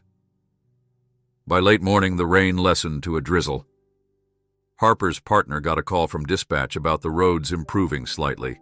They discussed a move, but ultimately decided the risk was too high if Grant was still in the area. Another day, they all agreed. One more day of living in limbo. Thomas settled on the couch, dozing while leaning against Angela, and Bonnie tidied the kitchen. Lauren paced near the window, eyes scanning the clearing, longing for any sign that this ordeal was nearing an end. He wondered if tomorrow would bring a break in the case, or yet another wave of dread. By afternoon, the relentless pressure of waiting began to wear on everyone in the cabin. Outside, the drizzle tapered off, leaving behind a gray sky that hung low over the pines. Agent Harper stepped onto the porch to make a phone call, while her partner circled the perimeter. The two deputies kept watch from their vehicles, and a hush had settled that felt more ominous than the storm. Angela tried to keep Thomas occupied with coloring, but the boy was increasingly restless. At times he would go still, eyes locked on the window, as though expecting to see his father's face pressed against the glass. Bonnie took him aside to show him how to fold paper cranes from torn sheets of newspaper. He followed her instructions with solemn concentration, folding sharp corners. When she helped him crease the final edges, he gave her a brief, tentative smile. The first trace of warmth Lauren had seen on the child's face since he arrived. That flicker of trust stoked hope in Lauren's heart, even though the fear of Grant reappearing loomed over them like a storm cloud. Midway through the afternoon, the deputy assigned to watch the back door poked his head inside. "Got a call from dispatch," he announced quietly. "Roads are starting to improve. If we're going to move you to another location, we might want to do it soon. Weather forecast says we could get more rain overnight." Harper re-entered the cabin. She looked from Thomas to Angela, then settled her gaze on Lauren and Bonnie. "We have a secondary safe house, one with better amenities and stronger phone reception. If we shift you there before dusk, We might be able to re-establish a stable connection to headquarters. We'll also be farther from where Grant's last known location was reported. Angela nodded, though a flicker of unease crossed her features. "I'll do whatever you advise," she said softly, hugging Thomas to her side. "I just want him safe." The boy rested his head on her shoulder, his new paper crane clenched in one hand. Bonnie and Lauren exchanged glances. Despite the tension, a pang of regret coursed through them at the idea of uprooting again. But neither wanted to hinder the plan, if it would protect Thomas. "We'll come along," Bonnie said with quiet resolve. "I figure he'd be less scared with us around." Harper offered a faint smile. "I appreciate it. If he's built trust with you, that stability helps." She motioned for the deputies. "Let's pack up. We'll head out in a small convoy, keep it discreet." Lauren helped gather meager belongings, spare blankets, the crayons, and the leftover groceries. Angela carried Thomas's makeshift drawings, pressed carefully to her chest, unwilling to leave behind any piece of his calm. They were ready to depart within 15 minutes. The sky overhead was still an unbroken gray, but at least the downpour had eased. Harper instructed them to use 2 vehicles, the first for Angela and Thomas, with an agent at the wheel, and the second for Loren and Bonnie, following close behind. Another deputy would take point in a separate cruiser, scouting the highway. Thomas clung to Bonnie as they walked to the SUVs. He shot worried glances at the dripping pines and asked in a timid whisper, "Is it safe?" Bonnie squeezed his hand. "We'll be right behind you, honey," she promised. Angela coaxed him into the back seat of the first SUV. Lauren recognized the haunted look in the mother's eyes, the exhaustion of constantly fleeing a threat they couldn't see.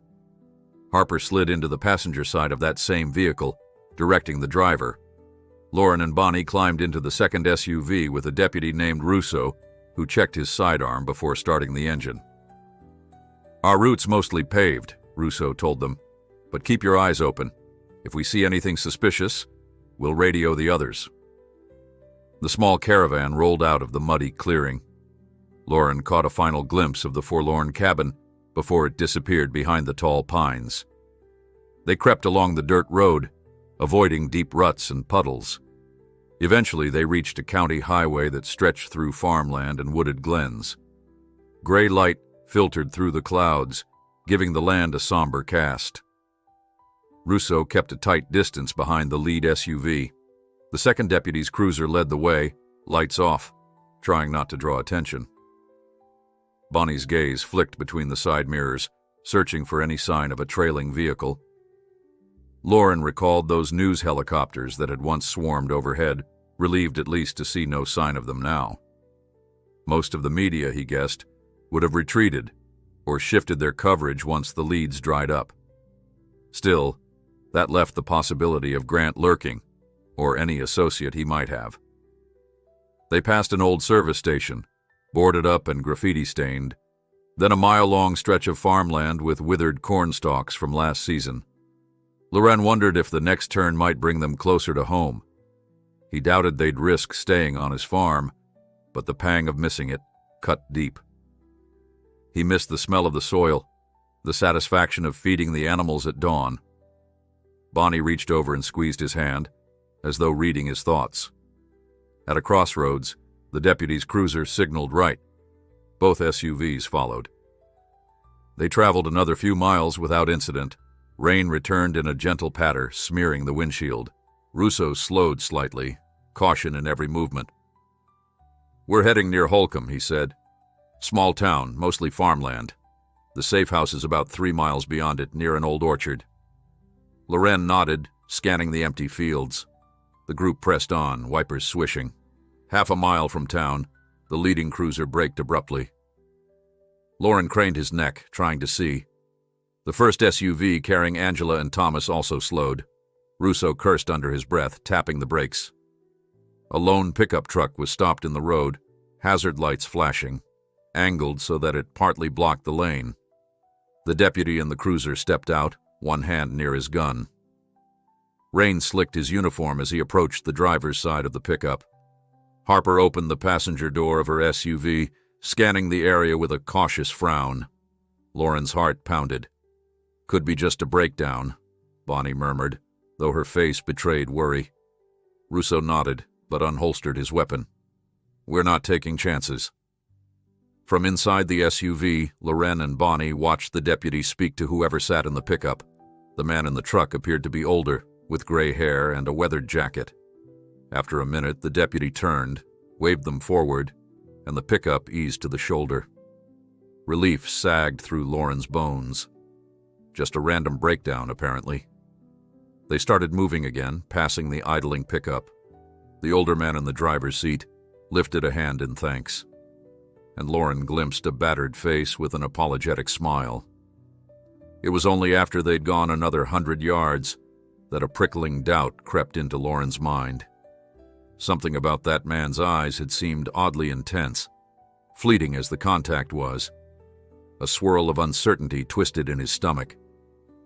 Meanwhile, the group reached Holcomb, a sleepy hamlet with a single open diner and a few shuttered shops. The deputy's cruiser maintained a careful speed down the main street, then turned onto a rural byway.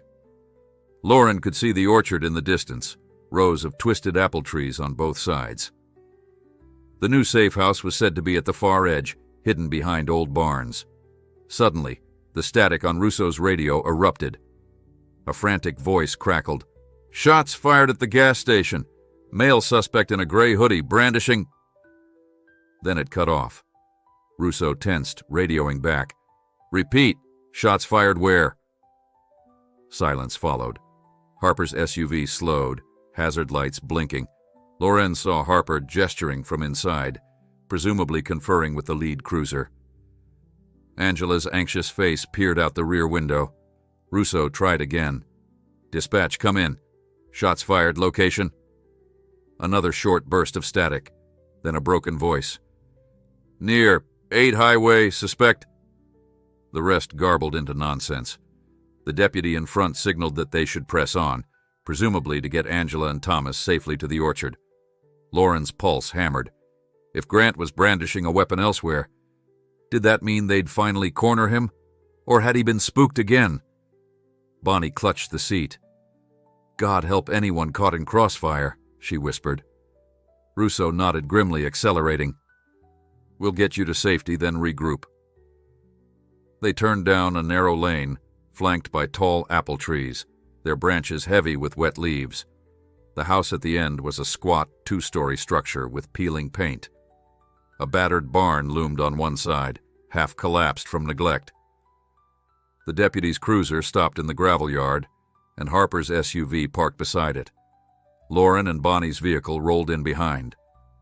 The orchard was eerily quiet, the patter of rain on leaves the only sound. Harper hopped out, scanning the area, gun at the ready. The other agents fanned around the yard. The door of the safe house opened as a uniformed woman stepped out, evidently the caretaker assigned. She waved them in quickly, glancing at the orchard's perimeter as if expecting trouble. Angela helped Thomas out of the SUV. He looked around with wide eyes. Loren watched the boy carefully, noting the trembling in his steps. Another uprooting. Another unfamiliar refuge. Bonnie guided him gently forward. "It's okay, Thomas," she said. "We're here." The caretaker introduced herself as Officer Hines and ushered them inside. This safe house was a bit larger, with proper furnishings and stronger locks. Angela breathed out in relief, hugging Thomas as they entered a modest living room. Loren and Bonnie carried in a few bags, while Harper spoke hurriedly on the phone in the corner, gleaning updates about the shot-fired call. Officer Hines offered them blankets and pointed to the kitchen, where they could find food. "There's hot water, too," she added. "Power lines are stable around here." Angela sank onto a sofa, Thomas perched beside her. His gaze roved the walls, noticing family photos from decades past. Likely the place had once been a caretaker's residence for the orchard. The subtle scent of apples lingered beneath the musty air. Loren and Bonnie realized how drained they were. They set their things down, exchanging a weary glance. Each step forward felt like another day further from the life they knew, yet they couldn't imagine leaving Thomas and Angela to face all this alone. Once they were inside the Orchard safe house, the agents moved quickly to secure the perimeter. Deputy Russo and Harper's partner took positions outside, raincoats draped over their shoulders, scanning the rows of apple trees. The caretaker, Officer Hines, double-checked every window lock while Harper addressed Angela, Thomas, and the Millers in the living room. "All right," Harper said, her calm voice at odds with the storm of events swirling around them. "We'll stay here for the next day or two, or until we know more about Grant's whereabouts. If he's the suspect who fired shots near that gas station, local PD might corner him soon." She paused, gazing at Thomas curled against Angela. "Thomas, you're safe here. We're all going to protect you." Angela released a shaky breath, wrapping her son in her arms. "Thank you," she murmured. "I'm so tired of being afraid."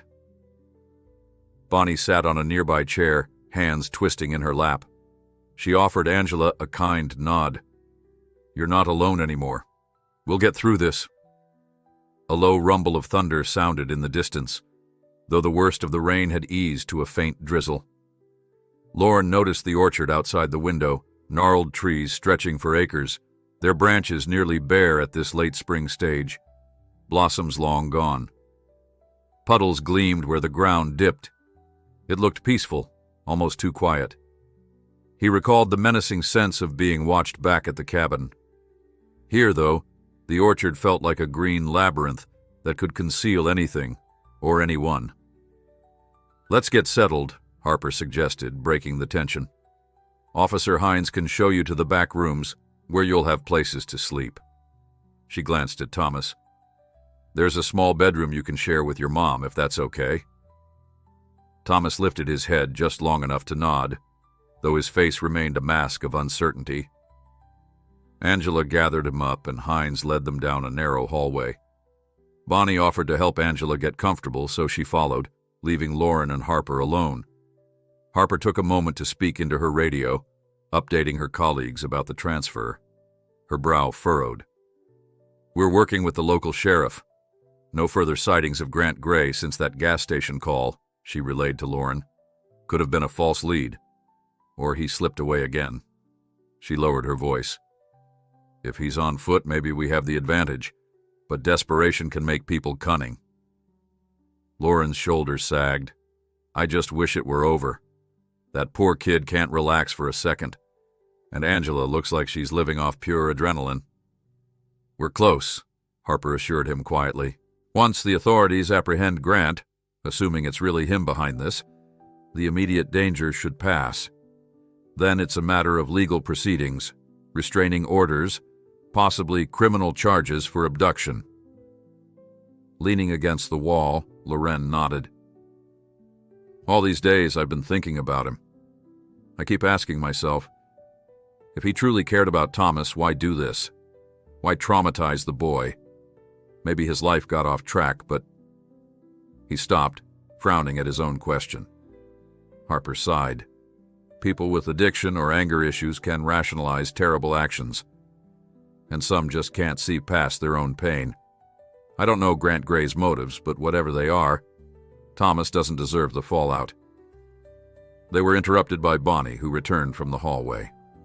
"Thomas and Angela are lying down," she said. "He's exhausted, but too anxious to nap. I promised we'd be close by." Lauren gently squeezed Bonnie's hand, drawing comfort from her steady presence. "Let's find somewhere to sit," he murmured. "I could use a moment." They settled in a modest den adjacent to the living room. A worn couch faced a dusty bookshelf, and a single window overlooked the orchard. Bonnie perched on the edge of the couch, hands clasped. Lauren sat beside her, rubbing his eyes. It felt like they'd been running on fumes since the moment he first heard Thomas crying in the corn. Harper checked the locks on the back door, then quietly joined them, stationing herself in a nearby chair. Time dragged as the three of them waited. The storm clouds drifted apart, revealing patches of late afternoon sunlight that glinted off wet leaves. Through the window, Lauren spotted Officer Hines, escorting the two deputies around to inspect the outbuildings, an old shed and a crumbling barn. He hoped there wouldn't be any unwelcome surprises hidden on the property. Finally, Angela emerged, looking slightly calmer. She gave a small smile. "Thomas fell asleep," she said, voice hushed. "I think he just crashed from all the tension." She settled into a chair opposite Bonnie. "Thank you for staying. It helps him to know you're close." Bonnie nodded. "We wouldn't leave you now." Angela's composure wavered, tears pricking her eyes. "When he was taken, it was like my whole world vanished. Now, seeing him cling to people he hardly knows, I realize how alone we both felt." Lauren cleared his throat gently. "Well, you aren't alone anymore. We might be strangers, but we'll stand by you." Harper's phone chimed. She checked it, brow furrowing. "The sheriff's office says they found shell casings at that gas station and some scattered footprints in the mud. The suspect ran north, then vanished near a trucking depot." She sighed. "No guarantee it was Grant, but it aligns with earlier sightings of a tall male with a gray hoodie. Same general description." Angela frowned. "He can't hide forever, can he?" "Probably not," Harper said. "We'll keep at it. Every hour that passes narrows his options. I'm just concerned he might do something erratic before we can stop him." She glanced at Angela. "For now, do you want to try calling any family or friends for moral support? We have secure lines." Angela hesitated. "Thomas's grandmother died years ago. My dad is in another state. We're not close. Honestly, I don't have many people to call. Everything's been complicated." Bonnie leaned forward. "If you ever need someone to talk to after all this, you can reach out. Our farm might still be your safe place once the dust settles." Tears welled again in Angela's eyes, and she mouthed a silent thank you. The quiet solidarity of the moment filled the room, broken only by Harper's soft footsteps as she checked the window again. Eventually, hunger roused them to the present. Officer Hines found canned goods and a few fresh supplies. She and Bonnie set about preparing a simple meal: tomato soup, crackers, and some lunch meat sandwiches. When Thomas finally woke, he seemed disoriented. Angela coaxed him to the small dining table, where he slurped soup with a faint, guarded curiosity. Lauren teased him gently about not spilling any. The boy managed a ghost of a smile before returning to solemn silence. As dusk settled, the orchard's rows turned into shadowy shapes. Harper and the deputies planned a rotating watch. Lauren and Bonnie were encouraged to sleep if they could, though the tension of the day still thrummed through their nerves. Angela tucked Thomas into the single bed in their room again, lingering by his side until his breathing evened. Outside, frogs croaked in a muddy ditch, a strangely comforting lullaby. Around 9 o'clock, a distant squeal of tires jolted them all to high alert. One deputy rushed to peer out the front window, scanning the dark orchard lane. Harper shut off the interior lights, signaling for quiet. Lauren and Bonnie clustered with Angela behind a couch, hearts pounding. Thomas, awakened by the commotion, slipped from the bedroom and latched onto his mother's hand. Angela tried to hush him with reassuring whispers, but no vehicle appeared.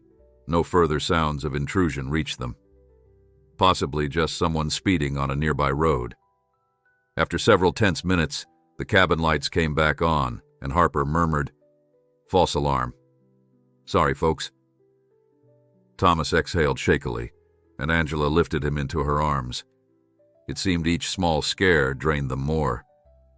Bonnie walked over, stroked the boy's hair. "We're all safe," she whispered. The child nodded, though he stared at the dark window with a haunted expression that made Lauren's heart twist. Night wore on. Lauren dozed restlessly in a chair, Bonnie curled under a thin blanket on the couch. Angela and Thomas returned to their bedroom, hoping for proper sleep. Harper, rifle in hand, stood by a window overlooking the orchard, while a deputy alternated between patrolling outside and taking a short break. The orchard was deathly still, the only movement the restless sway of branches in the breeze. When the clock neared midnight, Lauren roused and offered to sit up with Harper for a while so she could rest. She shook her head. "I'm fine. Agent's training includes weird hours, but you can keep me company if you like." So he stayed by the living room window, looking out at the moonlit trees. A hush had fallen over the orchard, broken only by the murmur of the deputy's radio outside. At times, the moon slid behind clouds, plunging the rows into deeper shadow. Lauren whispered, "You think he'll try to come here?" Harper hesitated. "I can't predict his next move, but if he knows Thomas is with his mother, he might." She cast a glance over her shoulder, toward the hallway. "Better we're ready than caught off guard." Silence closed in again. Lauren thought of his own father, long deceased. How different paternal love could be from whatever Grant Gray displayed. A father should protect, not menace. He wondered how Thomas's life would look after all this. Could the child heal, or would he be haunted by the betrayal forever? He must have dozed, because he jerked awake to a faint rustling sound outside. Harper stiffened. They exchanged a look. Another rustle like footsteps on wet grass. The deputy outside hissed something into his radio. Lauren peered through the window's edge. In the moonlight, he caught a glimpse of movement by the old barn. Adrenaline surged, tightening every muscle in his body. Maybe it was just a deer or a fox, but fear pulsed in his veins. Harper motioned for him to stay back. With her weapon raised, she eased the door open, stepping onto the porch with silent caution. Lauren stood behind her, ready to raise an alarm. For a moment, nothing happened, just the breeze in the orchard. Then came a scuffling sound from behind the barn, muffled cursing. Harper signaled to the deputy. They advanced together, flashlights cutting through the dark. Lauren stayed in the doorway, heart hammering. Suddenly, a shadow bolted from behind the barn, sprinting among the rows of apple trees. The deputy shouted, "Stop! Police!" But the figure vanished into darkness. Harper and the deputy tore after him. Lauren swallowed hard and darted back inside, flipping on the hall light. Angela, white-faced, clutched Thomas. Bonnie rushed forward. "What's happening?" "Someone was out there," Lauren managed. Harper and the deputy went after him. Thomas let out a small cry, burying his face in Angela's shoulder. The orchard remained silent except for distant footfalls fading into the night. Tension squeezed every nerve. If this truly was Grant, he was dangerously close and desperate. A hush fell over the orchard as Harper and the deputy vanished among the dripping trees, their shouts trailing into the darkness. Bonnie squeezed Lauren's arm, nails biting through his shirt, while Angela stood protectively near Thomas. The boy clung to her waist, trembling. In the flickering light of a single lamp, their eyes were wide with dread. No one spoke for several seconds, ears straining for any clue of what was unfolding. Then, from somewhere beyond the barn, came muffled voices and the snap of branches. A flashlight's beam cut through the gloom, bouncing off wet leaves. Angela bit her lip, rocking on her heels. "Do you think it's him?" she asked in a trembling whisper. Lauren could only nod grimly. The caretaker, Officer Hines, stationed herself at the back door with her sidearm, posture rigid. Rain clung to the glass panes, warping the shapes outside. They waited in excruciating silence. Every rustle or gust of wind sounded like footsteps. Thomas whimpered softly, pressing his face to Angela's side. Bonnie knelt and wrapped an arm around him, murmuring, "It's okay, sweetheart. The police are here." Her own voice wavered, betraying the tension gnawing at everyone. Minutes stretched like hours. Finally, a shape appeared at the edge of the orchard. In the faint moonlight, Lauren recognized Harper's silhouette jogging toward the house. The deputy followed behind, scanning the perimeter. Lauren swung the door open as Harper arrived, panting. "He got away," she said tersely. "We spotted a man behind the barn, but he ran. We lost him among the trees." Angela's face paled. So he's still out there? He could come back at any time? Harper nodded, catching her breath. I'm afraid so. We don't have confirmation it was Grant Gray, but it seems likely. The footprints match a heavier adult male, possibly wearing boots. She leveled a grim look at the group. We'll stay on high alert through the night. Nobody leaves the house unless absolutely necessary. Thomas's wide eyes flicked to the window. Is Daddy gonna try to come in? He asked, voice barely above a whisper. Angela gathered him into her arms. He won't get past the police, she murmured, though the tremor in her tone suggested even she doubted that reassurance. Harper instructed Officer Hines and the other deputy to move the SUVs closer to the porch, where they would be ready if a sudden evacuation was needed. The orchard no longer felt like a refuge. It felt like a trap. Bonnie caught Lauren's eye, and he saw the same question reflected there. How long could they endure this siege of fear? They settled into a somber vigil. Thomas curled on the couch, refusing to return to the bedroom alone, so Angela sat beside him, stroking his hair whenever he startled at a noise. Bonnie prepared tea in the cramped kitchen, her hands shaking as she lit the burner. Lauren paced the living room, occasionally peeking out at the orchard. Rain dripped from gnarled branches, making the muddy ground glisten under moonlight. Sometime after 1 a.m, a deputy who had circled the yard burst inside with urgent news.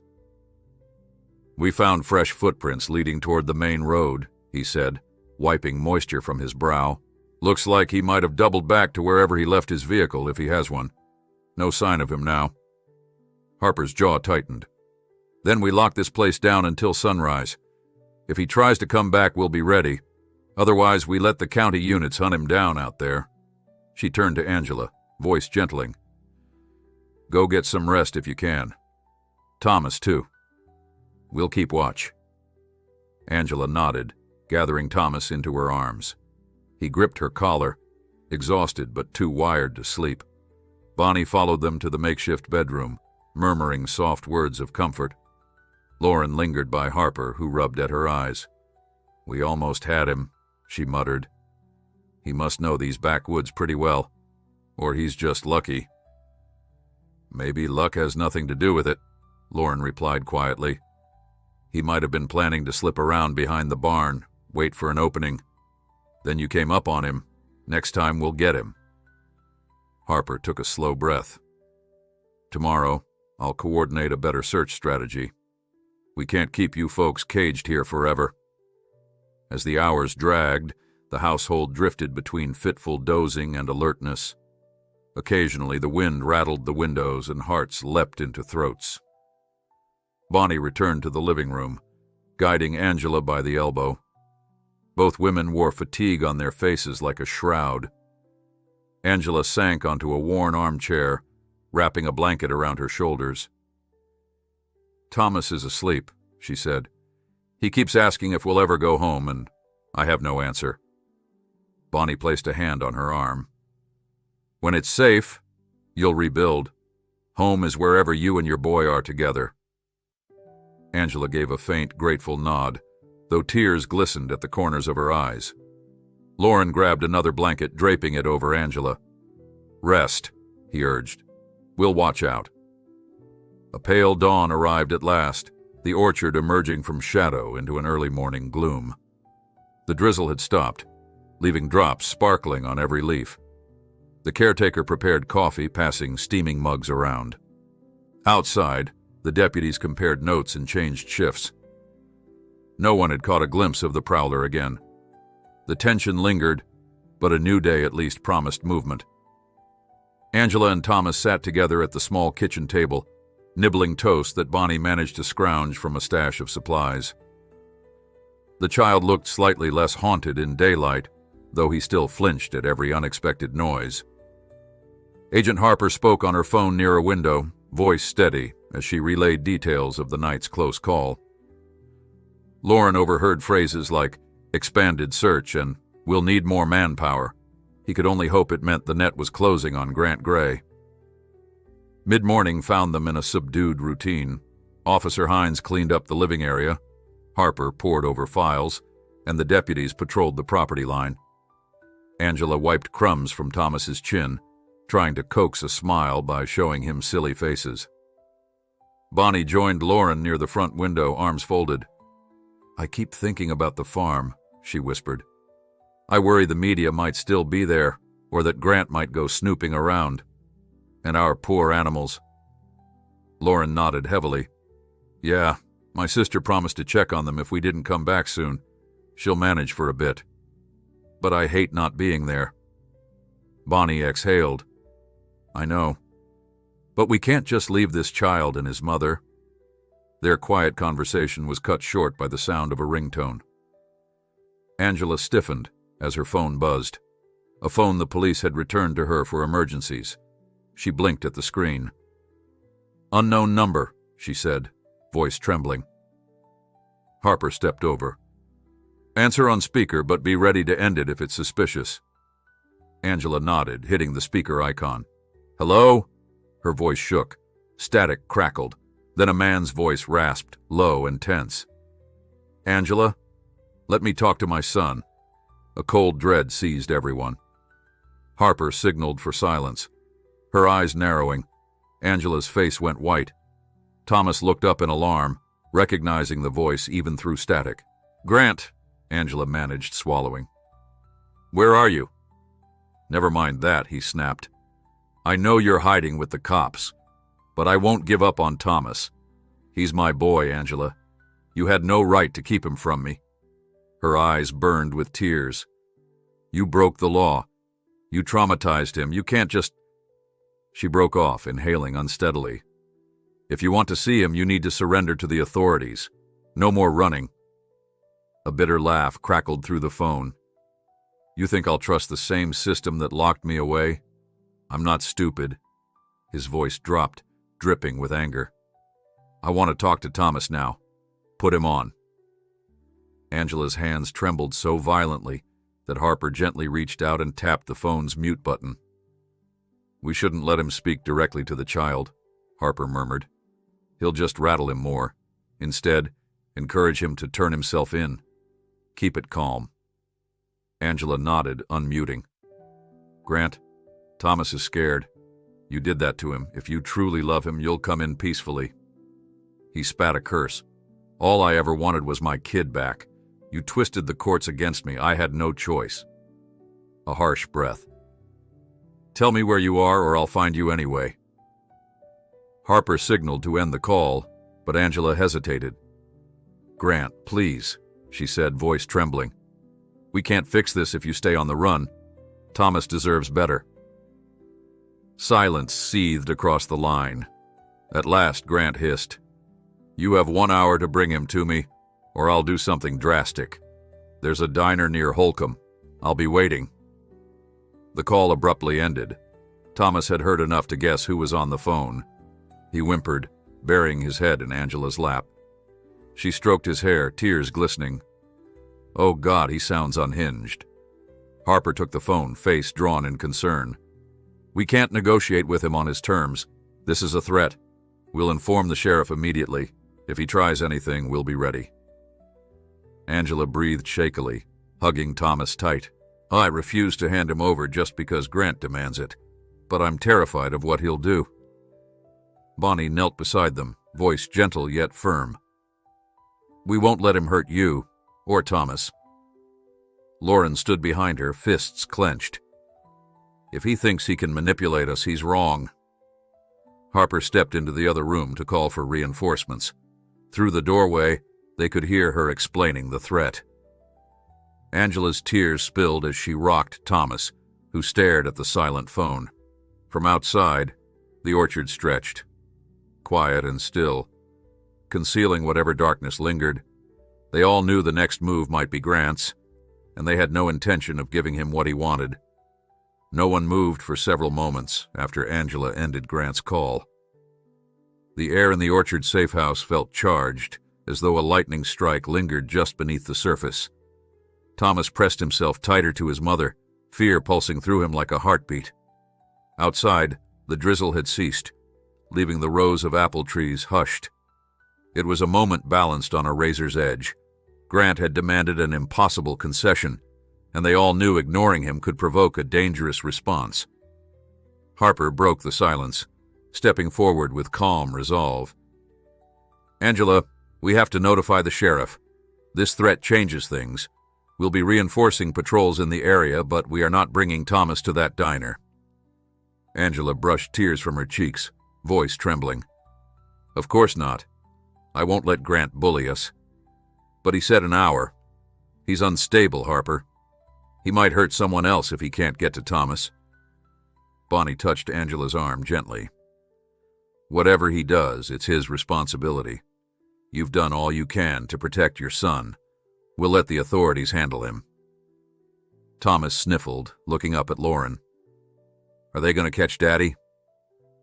The words tumbled out in a small, shaky whisper. Lauren knelt to meet the child's eyes.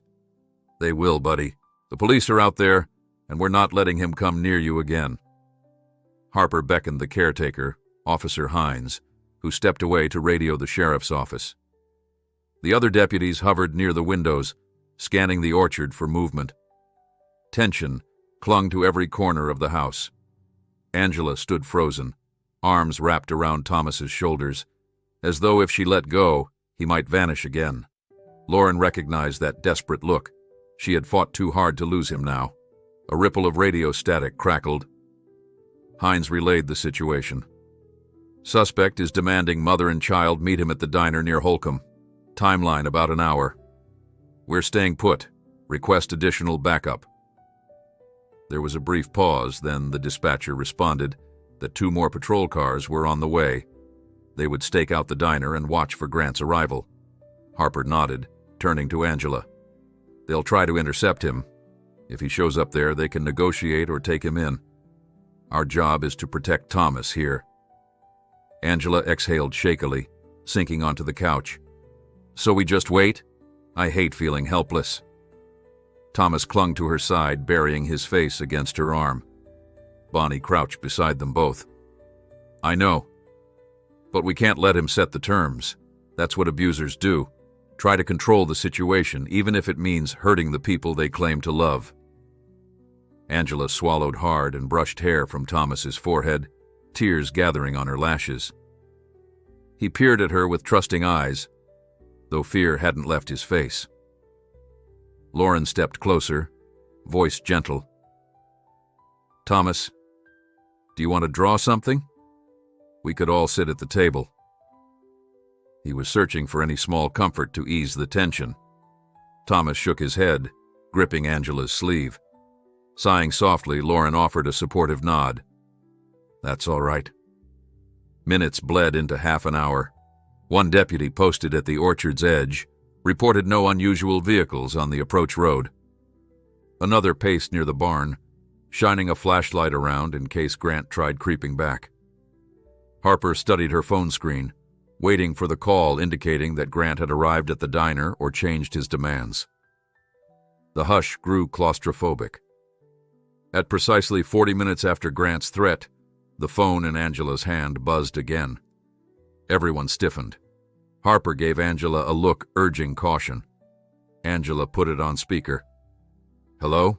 she whispered. "You're not here," Grant's voice snarled. "You think you can hide forever? I'm done waiting." A ragged breath hissed through the receiver. "You've got one last chance. Tell me where you are." Angela's face went chalk white. Harper pressed mute and whispered, "Tell him you can't come. Urge him to turn himself in. We'll trace the call. Stall him if possible." Angela unmuted, swallowing her fear. "Grant, please. This isn't the way. We're safe. The police are everywhere. You won't get near Thomas unless you do this right." A furious growl erupted. "Don't you dare treat me like a monster. He's my son." Something metallic clattered in the background on Grant's end, raising goosebumps on everyone's arms. "Fine," he spat. "If you won't come, I'll find you. I don't care how many cops you've got. Thomas belongs with me." "Grant, wait," Angela pleaded, but the line went dead. Thomas shuddered, tears slipping silently down his cheeks. Angela pulled him close, trembling. Harper swore under her breath. He's losing it. Dispatch didn't get a definitive trace location. He might still be near Holcomb or miles away. Officer Hines ended her call with the sheriff. They have units searching the roads near the diner. No sign of him yet. She paused, glancing at Angela. Ma'am, we'll keep you updated. If he tries to storm the orchard, we'll be ready. Angela bowed her head over Thomas, shoulders shaking with each breath. Bonnie rubbed gentle circles on her back. Lauren felt fury swirl within him, rage at a father who claimed love, but terrorized his child. Harper, he said quietly, what if he does show here? We can't outrun him forever. Harper's gaze was steely. We won't run. If he shows, we'll arrest him. We have the manpower. He can't slip away again if he comes to the orchard. She turned to Angela. Your job is to stay with Thomas, away from windows. Let us handle the confrontation. Angela nodded, face set in a mix of fear and determination. I won't let him anywhere near Thomas. Thomas curled up smaller, whimpering softly. Bonnie scooted closer, offering a warm hand. He won't get you, sweet boy. We're all here. The wait resumed, excruciating in its uncertainty. Loren hovered by a window, scanning the orchard for any sign of movement, while Harper double-checked her weapon. The caretaker prepared hot tea, passing cups around as if they could sip away their nerves. Outside, the sky remained overcast, shifting from gray to a somber, pale gloom.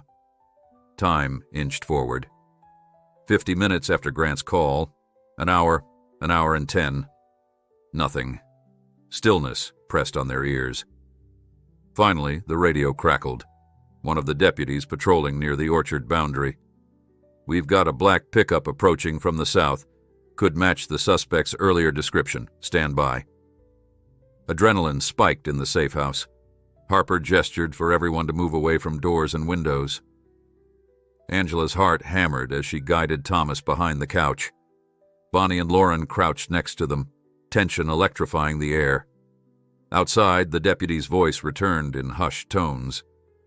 Pickup halting at the orchard gate. Subject stepping out. Tall male wearing a gray hoodie. We have a positive ID from the plate partial. I think it's him. Harper motioned to the other officers. Positions. Do not engage unless he tries to force entry. She spoke into her radio. Dispatch, we have a suspect on location. Request immediate backup. She turned to Angela, voice low.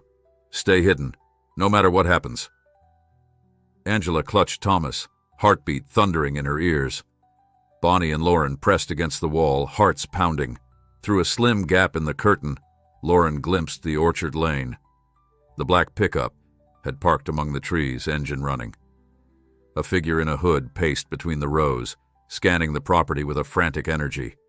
The orchard branches swayed in a light breeze, half concealing him, but he was definitely searching. Deputies crouched behind their vehicles, weapons drawn. Harper moved to the front entry, staying low, her own gun at the ready. Lauren held his breath, each second stretching into eternity. A shout echoed outside. Grant Gray, this is law enforcement. Turn off your engine and put your hands up. The orchard fell silent. Then an explosion of movement.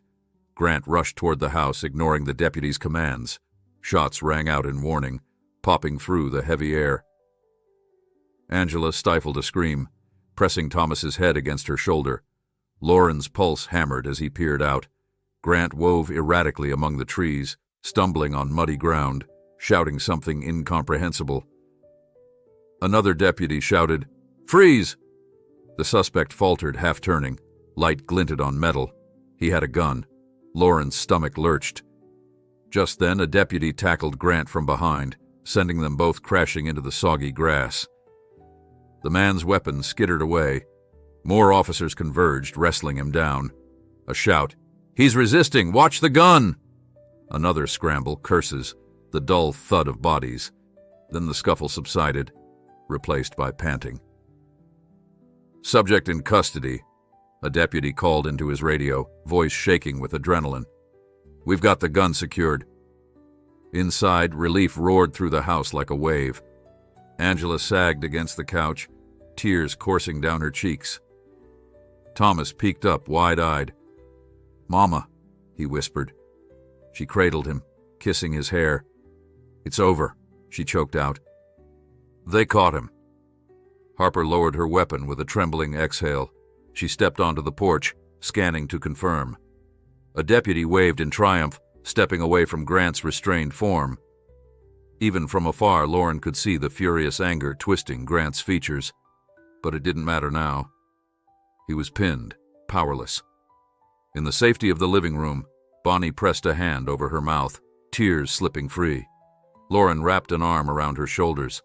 "Thank God," he breathed. Angela clung to Thomas, murmuring soothing words. "He's gone. He can't hurt you anymore." Minutes later, Harper returned, hair damp from the orchard's drizzle. "He's in custody," she confirmed quietly. "He put up a fight, but the deputies disarmed him. He'll face charges for abduction, resisting arrest, and assault with a weapon." She paused, gaze lingering on Thomas. "It's over. You can rest now." Thomas trembled, tears brimming. Angela gathered him up, exhaling unsteady relief. Bonnie knelt beside them, rubbing Thomas's back. Lauren offered Harper a grateful nod. "Thank you," he said, voice thick. "Without you all, who knows what might have happened." Harper's stern expression softened. "We do our jobs so kids like Thomas can be safe. Now you can start healing." She looked to Angela. "We'll process him through the system. You'll likely have to testify, but I promise we'll make sure you and Thomas remain protected." Angela wiped her tears. "Thank you. I'll do whatever it takes to keep my son safe." Outside, sirens neared. Backup was arriving to transport Grant. The orchard no longer felt menacing. It felt like a place where, at last, the shadows had been driven out. Lauren and Bonnie sank onto the couch, exhaustion rolling over them in waves. Angela, tears drying on her cheeks, held Thomas as he stared at the window with a glint of tentative wonder. For the first time since Lauren had found him in that cornfield, the boy seemed free to believe that the worst was behind them. Though legal proceedings and emotional scars still loomed, the immediate terror had passed. Surrounded by officers and with dawn's early light seeping through the apple trees, they had reached the end of their vigil. Thomas's small voice broke the hush, wavering but hopeful. "Mama, can we go home someday?" Angela kissed his forehead. "Yes, baby," she whispered. "We'll find a new home, somewhere safe, and we'll live without fear." Lauren and Bonnie exchanged a look, hearts full of gratitude. Perhaps soon they could return to their farm, their peaceful life restored. They would never forget how a lost boy in a cornfield had brought them to the center of a storm. But that storm was over now, and together they had weathered it, proving that even in the darkest moments, compassion could guide them all to dawn.